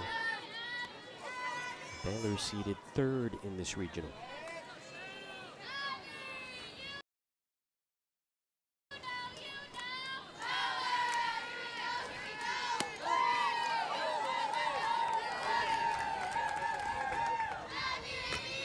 Flores able to lay off 2 back-to-back off-speed pitches. You can see Jacobson starting to mix that changeup in more here late in the game against Baylor.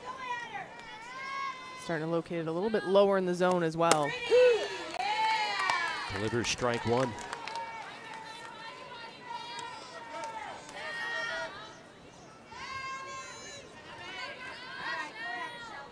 Torres earned a walk in the second inning. He chops one over to second. Whitten automatic. A 1-2-3 inning worked by Jacobson and the Badgers here in Austin.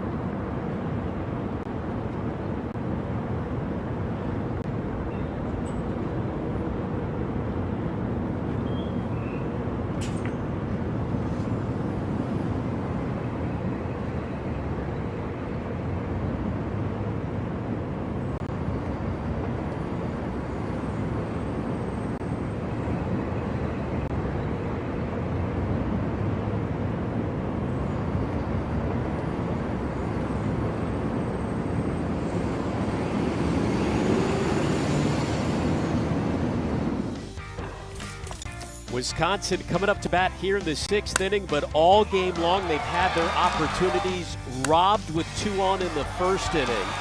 And then in the third inning, Kat, they had the bases loaded but got nothing out of it. Yeah, they were able to get the easy fly ball, and then in the fifth, they threatened again. And this time, Peyton Tanner with the big strikeout of the freshman stud, Showalter. Baylor has been able to escape those jams. On the flip side, Wisconsin looking to try to figure out how do they break through against Peyton Tanner in this defense. 6 left on for the Badgers. Hey, the Bears have had opportunities as well. They've left 8 on.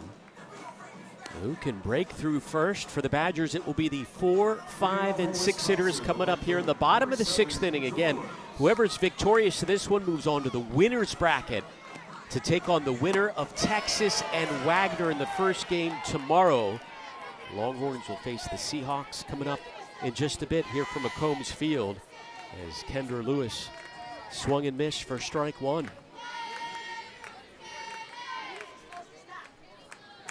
I'm not sure what Yvette Healy is arguing about.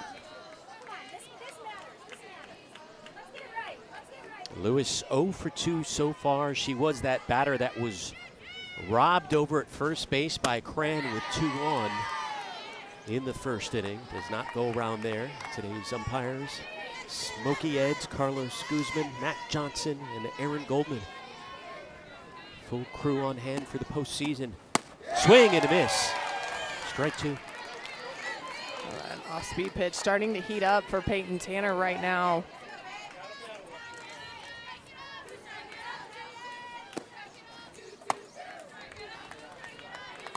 I was expecting off-speed pitch number 3 right there. See if you can get Kendra Lewis swinging at it again.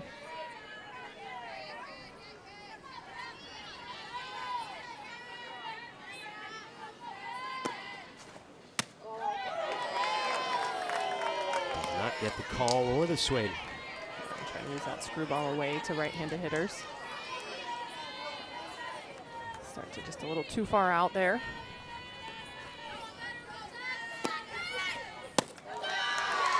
And loses her. The walk issued to Kendra Lewis. Want to remind you, all weekend long, the 7 Innings Live crew will keep you updated on the action from all 16 sites around the country. In this year's NCAA softball regionals, we've already seen crazy action and upset early. Second game of the regional. Stetson takes down Florida State handily, an 8-3 win by the Hatters. Stetson able to pull off that one. Everything else so far, top seeds have been in control. Attention please, pitch runner for Wisconsin. Gainesville, Number Georgia 20, Tech is Ava up on Perrin. Texas State, 2-1. Texas State is the 2 seed in that regional, so that's Number 1, Kaylee Whitton. the only other real upset right now on the scoreboard. While Wisconsin sends in a pinch runner over at first, Ava Perrin. Here's Kaylee Whitten dropping down the bunt. The throw over to first, and it goes off the glove of Cran. Perrin was late to head to third, but still slides in there safely. That gets away from the third baseman. The throw home, and she is out at the plate.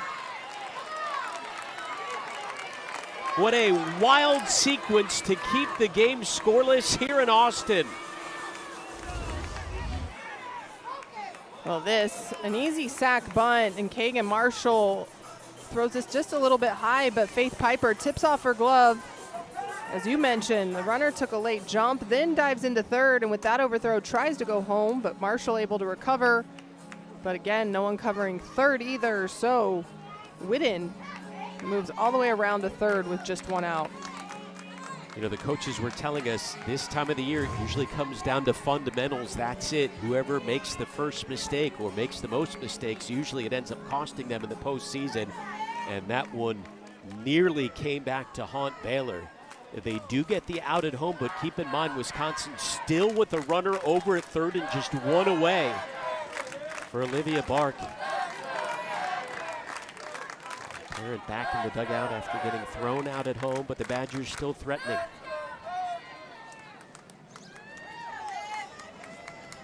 Well, now Glenmore making a change. Sending Jensen Vianney out to left field. Defensive replacement, Vianney probably with a stronger arm, so if there's a sac fly in territory where they can possibly gunner at home, going with a better arm there behind home plate, or excuse me, out in left field. And coming up to bat with the go-ahead run over at third will be Olivia Bark, the junior. Been a mainstay in the infield for the Badgers throughout her 3 years, more than 150 starts. Entered the day hitting better than 300. 74 runs driven in and trying to come through in the biggest at bat of her career.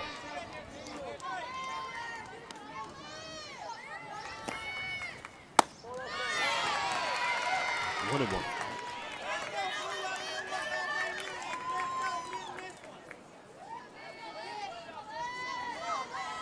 Bark 0 for 2, struck out in the fourth inning, grounded out in the second. Shows bunt, drops it down. The runner heading home, and Wisconsin has grabbed the first lead of the regional.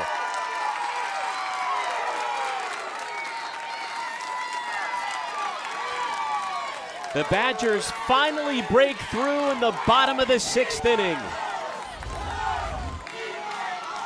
Well, if you watch Wisconsin softball, you know the squeeze play is something Yvette Healy uses quite a bit, and as soon as Peyton Tanner stood up to toss that overhand, Wisconsin had their first run. That's a play you have to stay low, shovel underhand, and give Abby Flores a chance to apply the tag.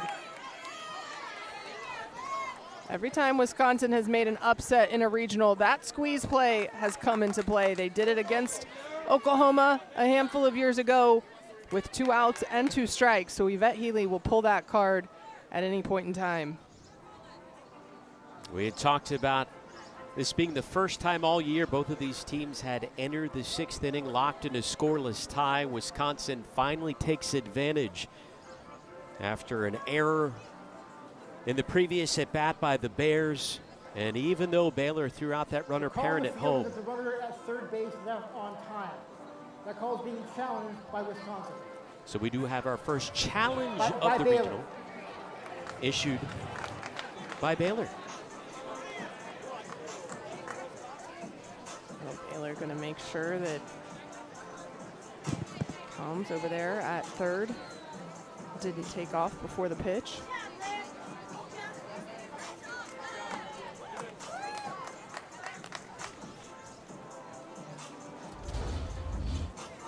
And another look over at third. She's actually a little bit late, which smartly waiting to make sure the ball gets down. I think this is going to be confirmed.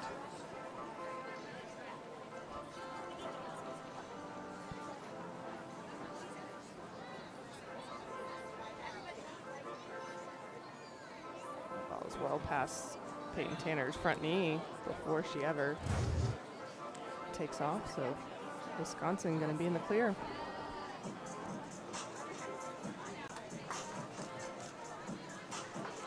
So again, the ruling on the field, the runner did not leave early. Glenn Moore issuing the challenge, our first challenge of the contest. If he were to lose this challenge, Baylor would have one remaining. If he wins it, if he is successful, he gets to keep it. A crucial call in such a close ball game here in Austin. Well, this is where you pull out all the cards. You have to find a way to win in advance, right? And so Yvette Healy saying, hey, we're not able to drive them in right now. We're going to force Baylor to have to make a play at the plate. You see it over and over. As soon as Peyton Tanner stands up, that allows the runner to be safe. You have to stay low and shovel that quickly. But for Baylor, you challenge this because why not? In the event that she possibly did leave early, then you win it. You get an out. Completely different situation at hand for you. And you're down to your last 3 outs once we hit the 7th inning regardless. Let's see what the call is. After review, the call on the field has been confirmed. Baylor still has one challenge left in the game. Call is confirmed. It stands. Announcement by Smokey Eds. Baylor down to their last challenge. Bark over at first. Still just one away in the bottom of the 6th inning, and Riley Crane coming up. Well, it looks like we'll have a pinch hitter, Addison Weary, freshman out of Seymour, Wisconsin.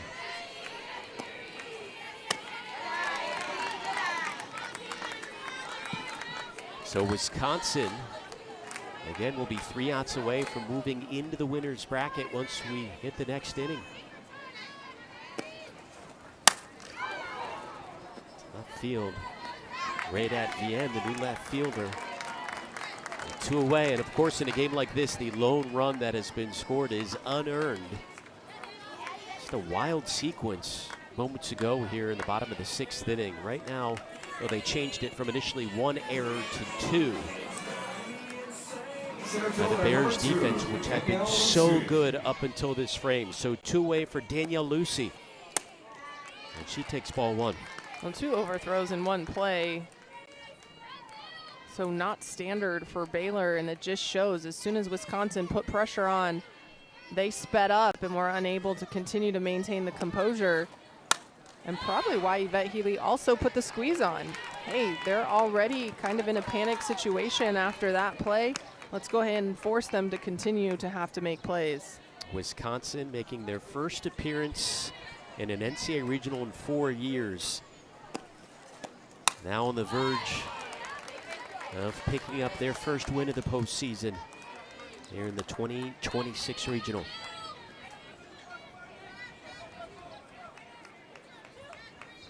Tanner has battled out in the circle all day long for the Bears, and here is pitch number 100 from the sophomore righty. He's given up 3 hits, again that 1 run unearned, 5 strikeouts, and 5 walks for the transfer from Tennessee. Lucy to right field. And here we go, the Bears down to their last 3 outs. Baylor will have the 9 1-2 hitters coming up in the 7th.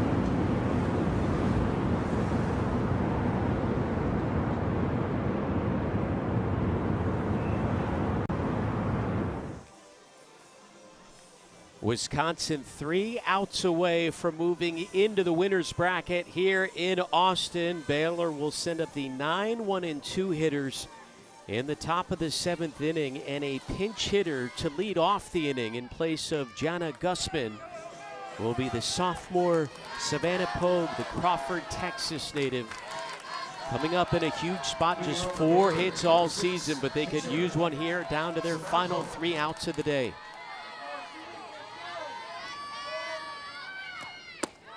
What a performance so far by Shelby Jacobson in the circle. The senior from Chicago has fought hard out there despite 6 walks, no runs allowed, just 2 hits, and a couple of strikeouts to boot. Chopped over to third. 1 away. 3 consecutive groundouts induced by Jacobson, who was looking rocky in the early innings but has settled down over the last 2. Jacobson really has been able to come back in the count despite still working lower part of the zone, not getting the calls below the knees. They're able to trust that curveball, that off speed a little bit better. This is to Brooklyn Carter, the speedster, who they have kept off the bases. 0 for 3. Second in the Big 12 this year in stolen bases. And they just haven't allowed her to reach.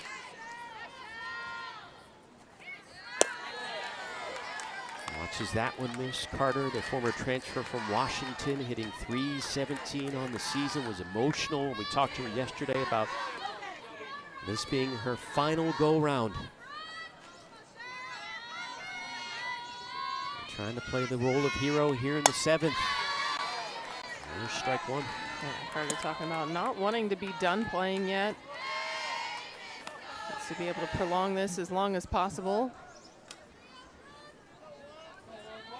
Has been part of this postseason in her career with Washington, her first 2 years. This has been a Baylor team known for their comebacks this season, but down to their last out after the grab by Bark.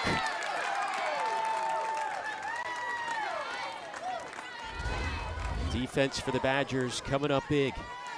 Well, Carter slices this one hard, but just right at Bark. Well positioned there to make that play. So it'll be up to Faith Piper, who has reached twice. This Baylor team 4 wins this year when trailing, entering the 7th, but again down to their final out of the opening contest to the Austin Regional. Piper doubled back in the 1st inning and walked in the 5th. Sophomore out of Katy, Texas. I think despite that being a strike called by Smokey Eads behind home plate, Aaron Goldman, I believe, called an illegal pitch. So the count is 1-0 instead of the reverse. Make it 2-0. Piper has been one of the team's most impactful hitters this year. 12 doubles on the season. A .309 hitter for a squad that at times has been looking desperately for offense. Slices one foul and past a diving Foster as the game continues. Baylor now down to their final strike. Great effort by Foster, who came in last inning as a defensive replacement.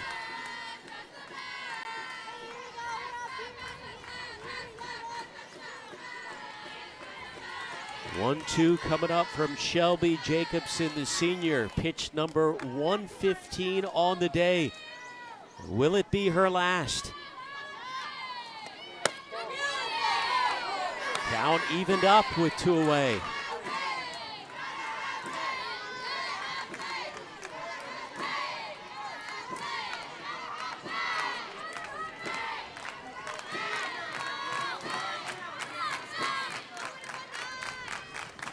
And there it is, Shelby Jacobson with strike number 2.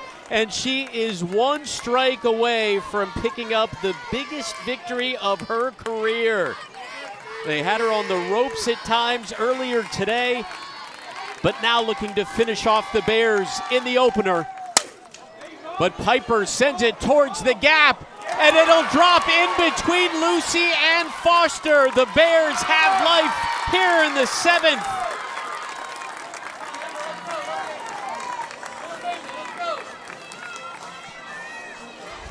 Faith Piper, looking at her last strike, shortens up this swing and able to just drive it left center. Despite the chase by Lucy and Foster, she gets that to split the two outfielders. Right now, Baylor looking one hit away from tying this game, and it's coming down to their senior, Amber Tobin. Second double of the contest for Piper. She represents the tying run with 2 outs in the 7th. Here is Amber Tobin, the senior shortstop. Swinging away, and that one past Conger, and Baylor will tie the game as Piper comes home to score.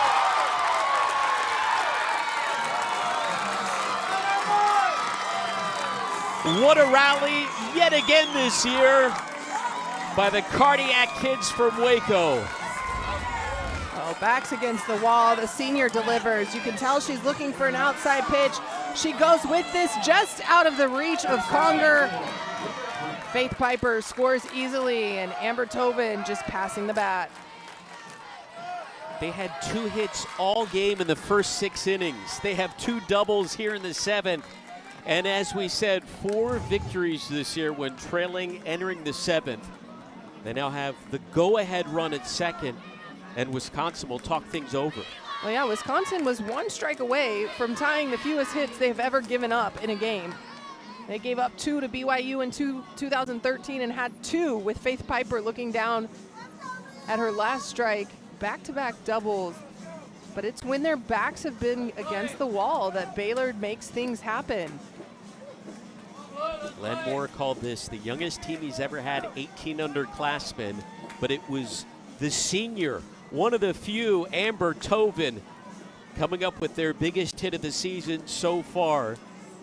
The game-tying double with 2 outs in the 7th inning. Well, here comes Leah Cran, the cleanup hitter, who has reached twice, walked in the first inning against Jacobson and walked in the 5th.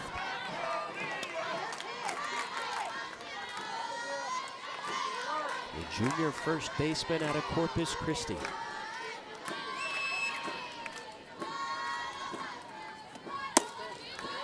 Jacobson misses. Cran has 2 walks on the day, so she has made Jacobson work. That curveball there, way out of the zone. And Cran, similar to other hitters, the toes on the chalk. They're forcing Jacobson to really execute that outer half well, but at the same time, if it's left, they're ready to drive it, taking away that inner corner. 120 pitches in this Texas heat. For the senior from Chicago, who's on the verge of picking up the biggest victory of her career. Instead, it's a brand new ball game as Cran chops one foul.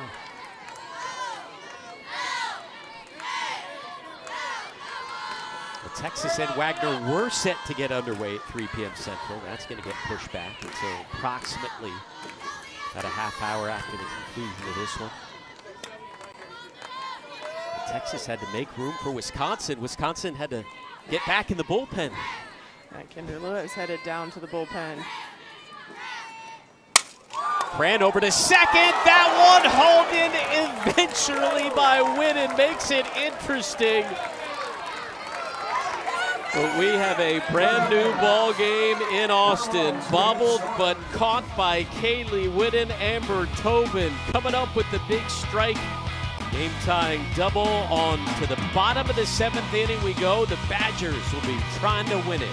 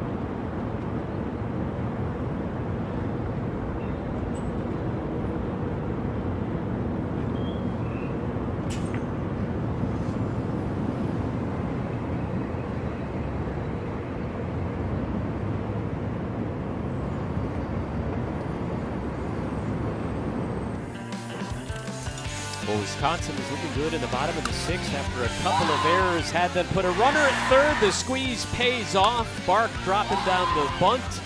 The Badgers took a 1-0 lead into the 7th inning, but with 2 outs in the top half of the 7th, Amber Tobin ties it up. A Baylor team known more for pitching and defense this year comes through with their bats to send us now to the bottom of the 7th inning. And we'll see how the Badgers respond with Conger, Bojan, and Blomberg due up.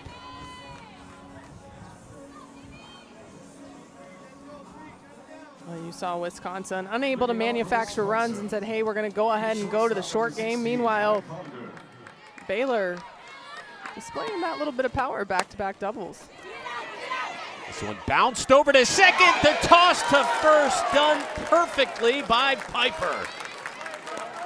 Wisconsin going to ask for a review on that play, how quickly or how slowly it was tossed, but that's the only play that Piper has. Was out at first base. That call is being challenged by Wisconsin. So Wisconsin with their first challenge of the day. Baylor lost theirs previously. But what a job by Piper, who came up with the big hit right before Tobin and later came around to score in the top half. Looked like a strong play there to get the out. I believe this is going to be confirmed. You see Cran able to glove that right there before the foot gets down, but it is bang bang. It's going to be crucial to try to get a run any which way you can, but right there's the best freeze frame, ball and glove, foot not on the bag yet.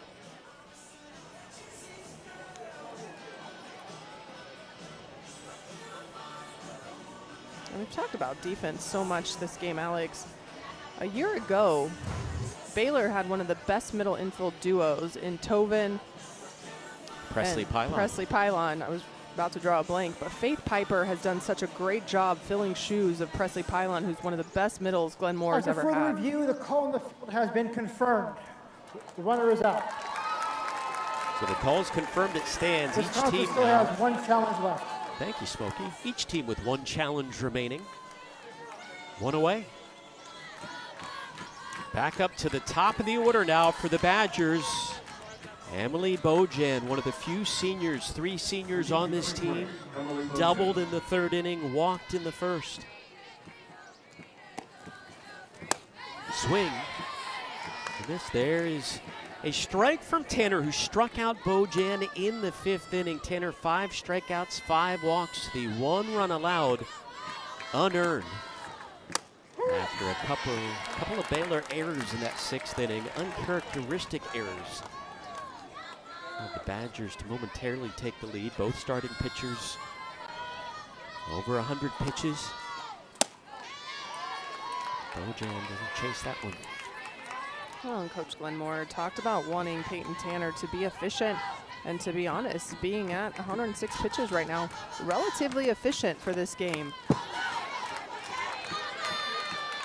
She's scattered in 5 walks, but still been able to come back and be tough as nails when they need her most. Glenn Moore making his 17th appearance in an NCAA regional. This one going down to the wire.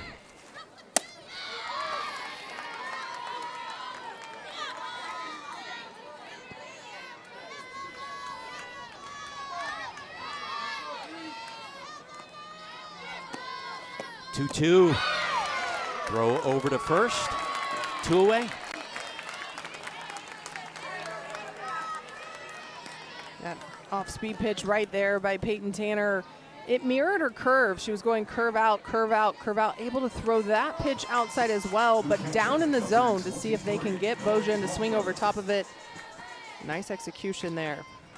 But Tanner not out of the woods just yet. Here is one of the greatest home run hitters in Wisconsin history, Hillary Blomberg, 15 homers on the year. Tied for the most in a single season in program history. And 2nd all-time. With 34, there was a home run swing and a miss.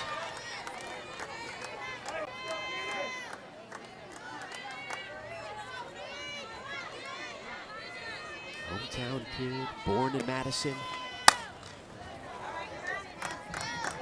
Went to numerous Wisconsin softball camps. Broke out into tears when they finally made her an offer. Her sister transferred in to join the team from South Dakota State in the offseason. Her whole career with the Badgers has been a dream come true.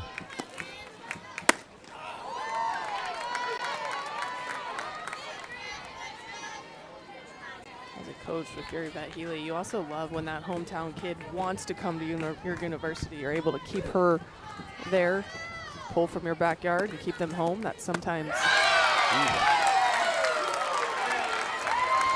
But that at bat turns into a nightmare, a strikeout to end the 7th.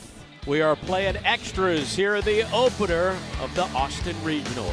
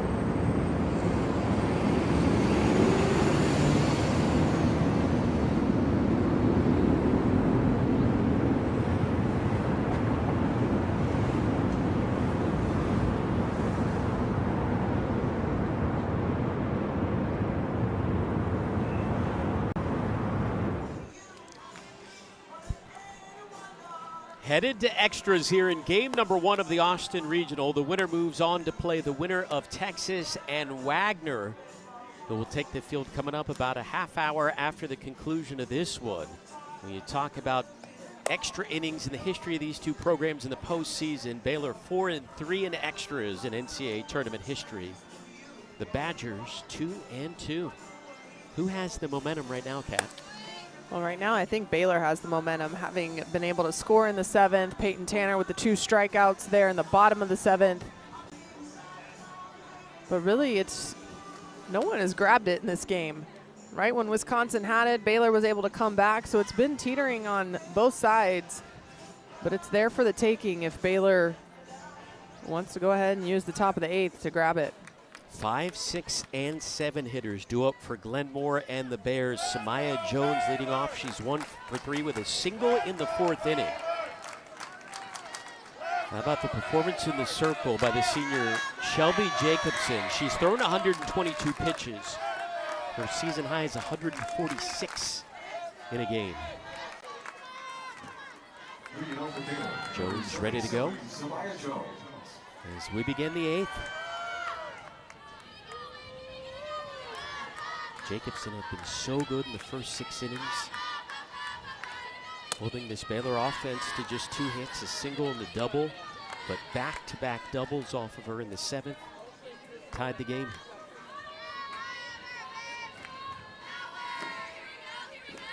Jones, the sophomore transfer from LSU, chops one up the middle, and a diving snare by Conger, but can't make a play on it. And the leadoff hitter aboard for the Bears. Well, you've mentioned, Alex, we talked to Brooklyn Carter and some of her teammates. They said Samaya Jones is the most underrated player because she is catching fire late in the season. Able to chop this one up the middle, and the speed Jones had, there was no play for her at first base. But Samaya Jones being the base runner that Baylor needs on early in this inning. Keep in mind, this is one of the fastest teams in the Big 12, 2nd in stolen bases. And Jones is 2nd on the team in stolen bases. Will she go with Kagan Marshall, the powerful sophomore, at the plate?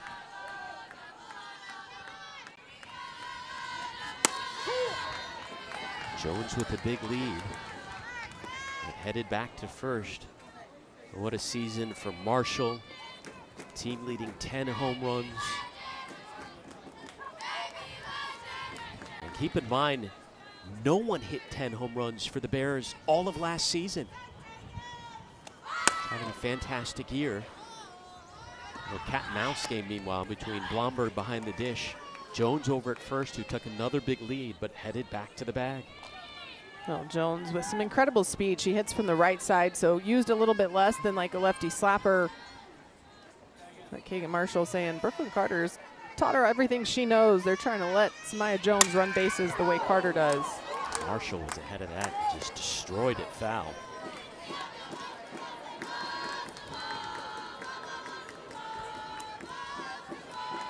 Storied high school career growing up about 5 miles from Waco.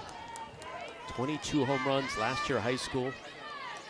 Tied for the most in the nation.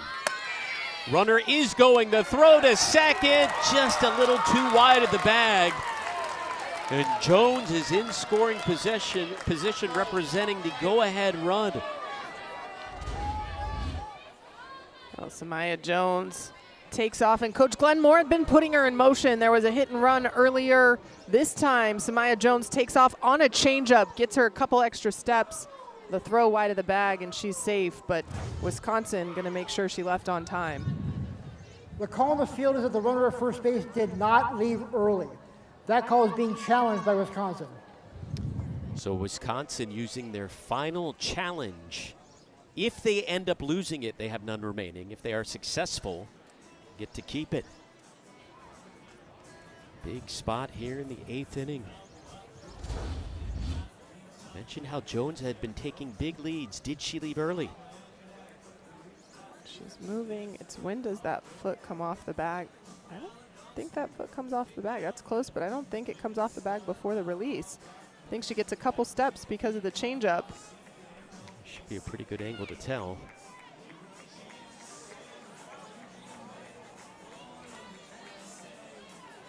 Timing looks identical to when the ball was released. It'll be interesting if they think that's conclusive enough one way or the other. I think this will stand. Well, you got a lot of speed as of right now over at second with no outs. And Baylor in terrific position. Bears 2 hits in the first 6 innings. As it stands right now, 3 hits in their last 4 at-bats. Well, they say hitting's contagious, so really it's just somebody has to break through, and Faith Piper with that big double.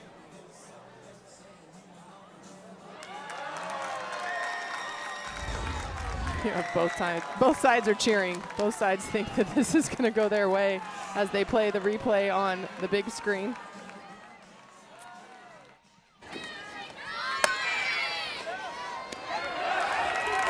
Don't know if we saw anything conclusive. Just tell you, I'm glad it's not my job to have to make that decision. Again, from our vantage point, things look pretty even. Let's see what the umpires say. After further review, the call on the field is confirmed. The runner did not leave early. Well, now Wisconsin is That in is a bind. They Wisconsin's lose final challenge of the game. their final challenge. Out of challenges, Baylor has the go-ahead run over at second with no outs. Again, Baylor the visiting team this one, so Wisconsin will, no matter what, get to bat in the bottom of the 8th inning. The count is 2-2 to Kagan Marshall.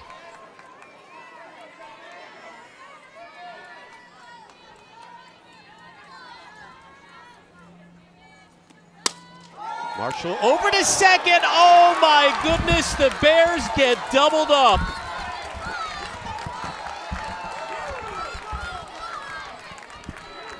Whitten made the grab, stepped on the bag, and just like that, the threat is over. Kagan Marshall puts a charge in this one, but the placement of that just perfect for Whitten to be able to catch that. And Samaya Jones off to the races as soon as she hears contact. What looked like a Baylor threat ends up being an easy 2 for the Badgers. I know the result, but was that the right play by Jones to take off at the crack of the bat? Well, Jones was getting a heavy lead regardless because Baylor wants her to score. So in that situation, with the ball behind her, you can't really see where it's at. So she was going to have to pause and turn around. I think even if her lead was a little bit shorter, Whitten had her. Olivia Bittner to left field. That one is going to bounce off the base of the wall. And how about Olivia Bittner sliding in with the 2-out double?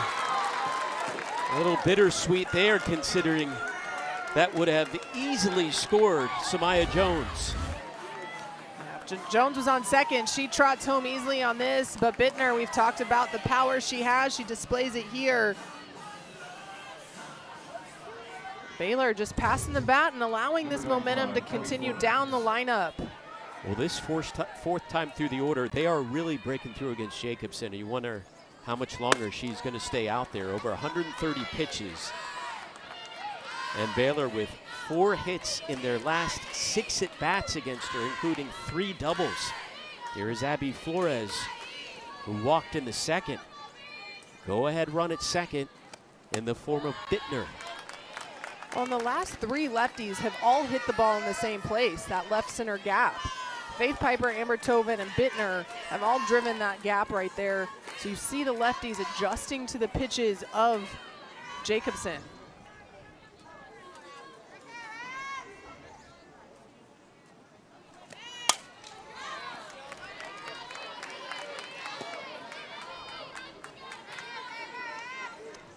We were scoreless through the first 5. Wisconsin taking the lead on an unearned run in the bottom of the 6th inning. Baylor earning theirs in the top of the 7th. Flores drives one to deep center field, but right there was Lucy. We move on to the bottom of the 8th inning, where Wisconsin will be trying to end it, sending up their 3, 4, and 5 hitters.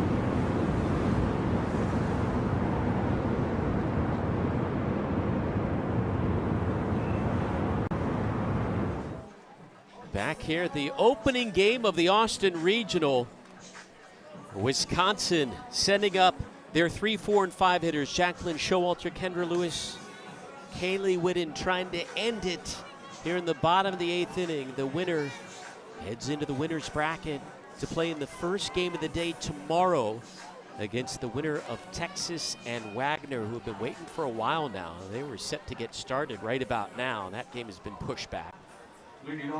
We'll get started about a half hour after the conclusion of this one here from McCombs Field. Here is Jacqueline Showalter, power hitting freshman, singled back in the first inning.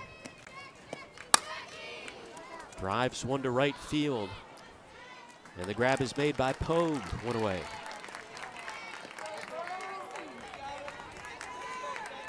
Well, you talked about injuries for Baylor, and Carrington Dawson went down in their series against Houston, one of their sure-handed outfielders. So right field has been a little bit of a revolving door. Samaya Jones used to hold that down while Dawson was in left. They moved. That went off the bat of Kendra Lewis and fielded calmly by Tanner. Couple of pitches, couple of outs. Well, interesting enough, Wisconsin needs a base runner, but 2 pitches, 2 outs. If you're Peyton Tanner, that's what you love to see. Well, here comes Kaylee Whitten with 2 away. Her sparkling defense kept the game alive in the top half of this frame moments ago. She doesn't swing at the first pitch, unlike previous 2 batters. There's a runner on second with no outs for the Bears, and Whitten makes the grab, steps on the bag. And again, if Jones isn't tagged out at second, could have potentially come home. Meanwhile, that one scooped by Tobin. A 1-2-3 frame worked again by Peyton Tanner. We're headed to 9 here in Austin.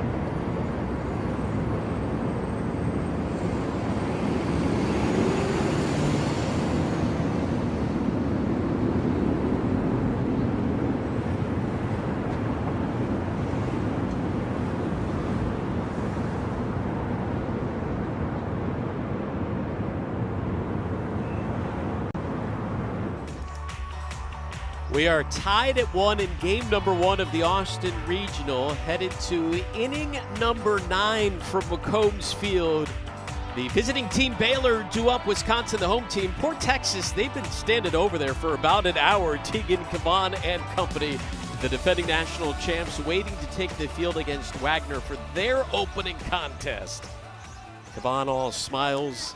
Second the SEC in strikeouts this year. She at least has to be appreciating this pitcher's duel between Shelby Jacobson and Peyton Tanner.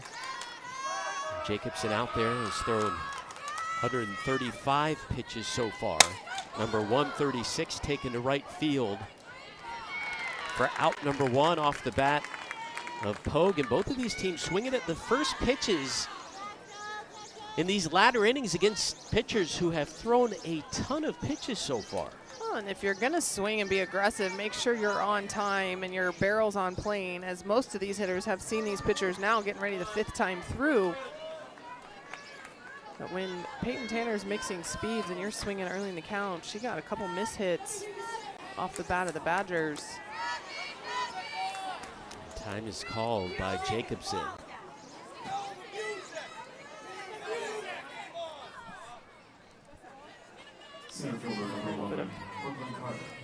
Arguing going on, not sure. Things are tense here. It's getting hot. People are anxious to see who wins this game. The Texas fans are anxious. They're sitting in the stands. Meanwhile, Brooklyn Carter gives one a ride to deep center field. Backing up, making the grab was Lucy on the track. Wynn helping that one push back a bit.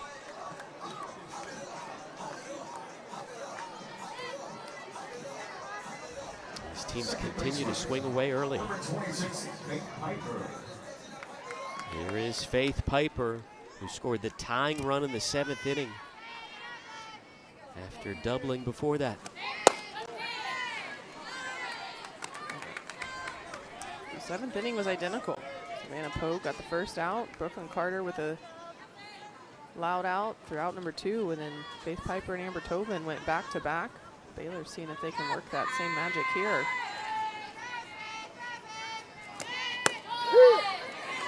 The 1-1 from Jacobson.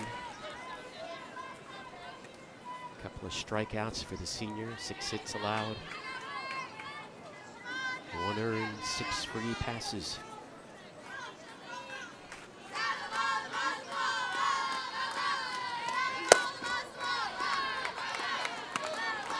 Well, you can tell Shelby Jacobson continues to favor that arm side against left-handed hitters, and that's where Baylor made the adjustment with their lefties, able to drive that to left center. Just gonna have to mix speeds or surprise them inside on occasion. Jacobson, what a performance, getting closer and closer to her career high, which is 146 pitches thrown. Up against Penn State back in March. Works the count full.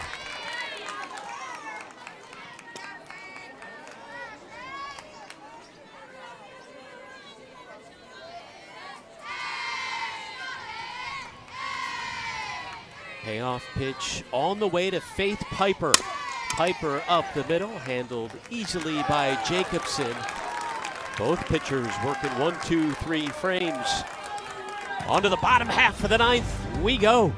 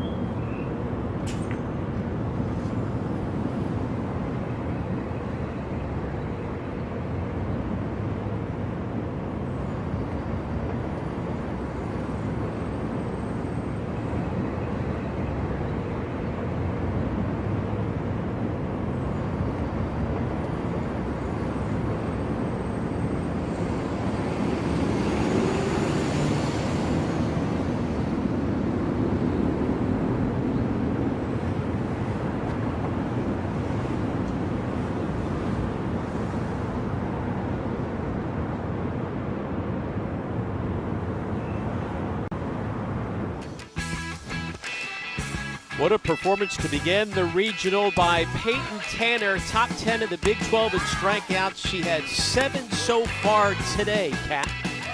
Well, Peyton Tanner has had ice in her veins when it mattered most, but she's been able to use the curveball early and the off speed that's tunneling with that pitch late. The last few strikeouts have been on that changeup and really been in command here late in the game. He's retired 9 straight since the squeeze play that scored Wisconsin's only run. Squeeze play. That took place with Olivia Bark at the plate. Here she is again. Back in the 6th inning, bottom of the 6th, dropped down that bunt. That brought home a run. Wisconsin was swinging away early at the first pitches in the last inning, changing up the strategy here in the 9th. Tanner up to 120 on the day. Ball 3. Much different approach for Wisconsin here. Last half inning, they came out, swung first 2 pitches they saw. This time, Olivia Bark working the count. And a leadoff 4-pitch walk. Olivia Bark over at first, representing the winning run here in the 9th inning.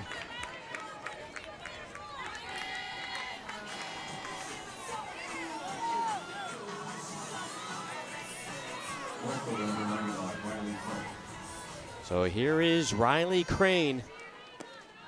Corners playing in as Crane drops down the bunt, the throw over to first. They get the out, but advance the runner Bark into scoring position.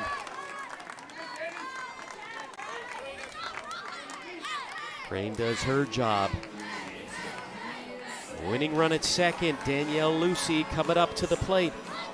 A junior center fielder from Cottage Grove, Wisconsin, one of a number of home state heroes for this Badger squad.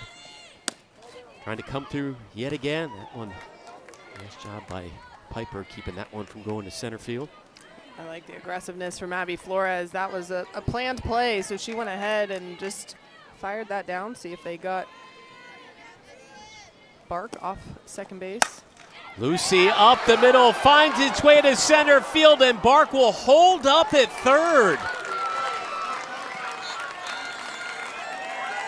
So here we go, Bark representing the winning run over at third. Still just one away. Well, Lucy taking this curveball that's up in the zone, right back up the middle. Peyton Tanner unable to glove that one. But Yvette Healy quickly putting on the brakes for Bark as Brooklyn Carter got to that one quickly. Not trying to chance getting the second out at home with your winning run. Here comes Hannah Conger, the sophomore, with a chance to walk it off. In the Big Ten tournament, Conger delivered arguably Wisconsin's most clutch hit of the season, a walk-off home run against Purdue to keep them alive. Their first walk-off win in the conference tournament in Wisconsin history. Well, couple that. They've had 4 walk-off wins this year, which was the most in the Big Ten.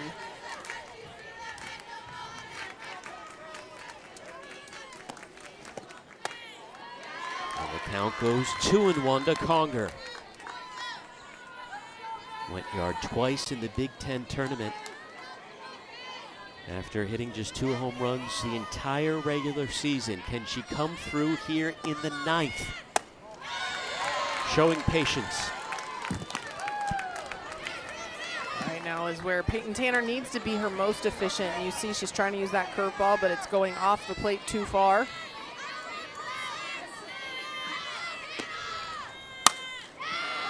Full count on the way.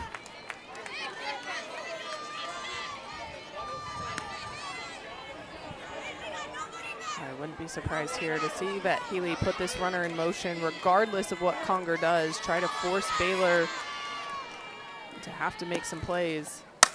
Conger to right field, and Wisconsin will walk it off for the 3rd time in tournament history.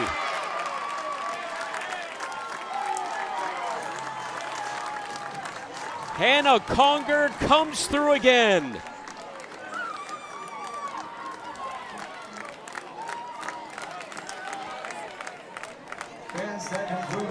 Such a huge moment for the sophomore. Hadn't delivered a hit yet today. 0 for 2 with a walk, but able to stay with the curveball from Peyton Tanner and deliver the game-winning hit. Such a great battle by both teams, and really both pitchers continuing to work out of jams. Wisconsin's first walk-off victory in the NCAA tournament since 2022, and again their 3rd all-time as Hannah Conger The walk-off homer in the Big Ten tourney and a walk-off hit over the head of the right fielder Pogue. The Badgers fans are fired up. They sweated this one out. And they have moved into the winner's bracket here in Austin. Let's take a look now at today's Capital One rewarding performance, which happened just a moment ago thanks to the sophomore Hannah Conger. Hannah Conger knowing exactly where that pitch was going to go, and it'll come up big for the Badgers. Wisconsin will now await the winner of Texas and Wagner, as the Longhorns and Seahawks will take the field in about 30 minutes. The number 2 overall seed Texas, the defending national champions, coming up here from McCombs Field. Winner of that one takes on Wisconsin in game number 1 of 3 games tomorrow, while Baylor will face the loser of that contest in an elimination game. A busy day tomorrow, but we're not done today. On day number 1 of the Austin Regional, Wisconsin victorious. Coming up in about 30, the defending national champs, Texas, getting ready to take on the Wagner Seahawks.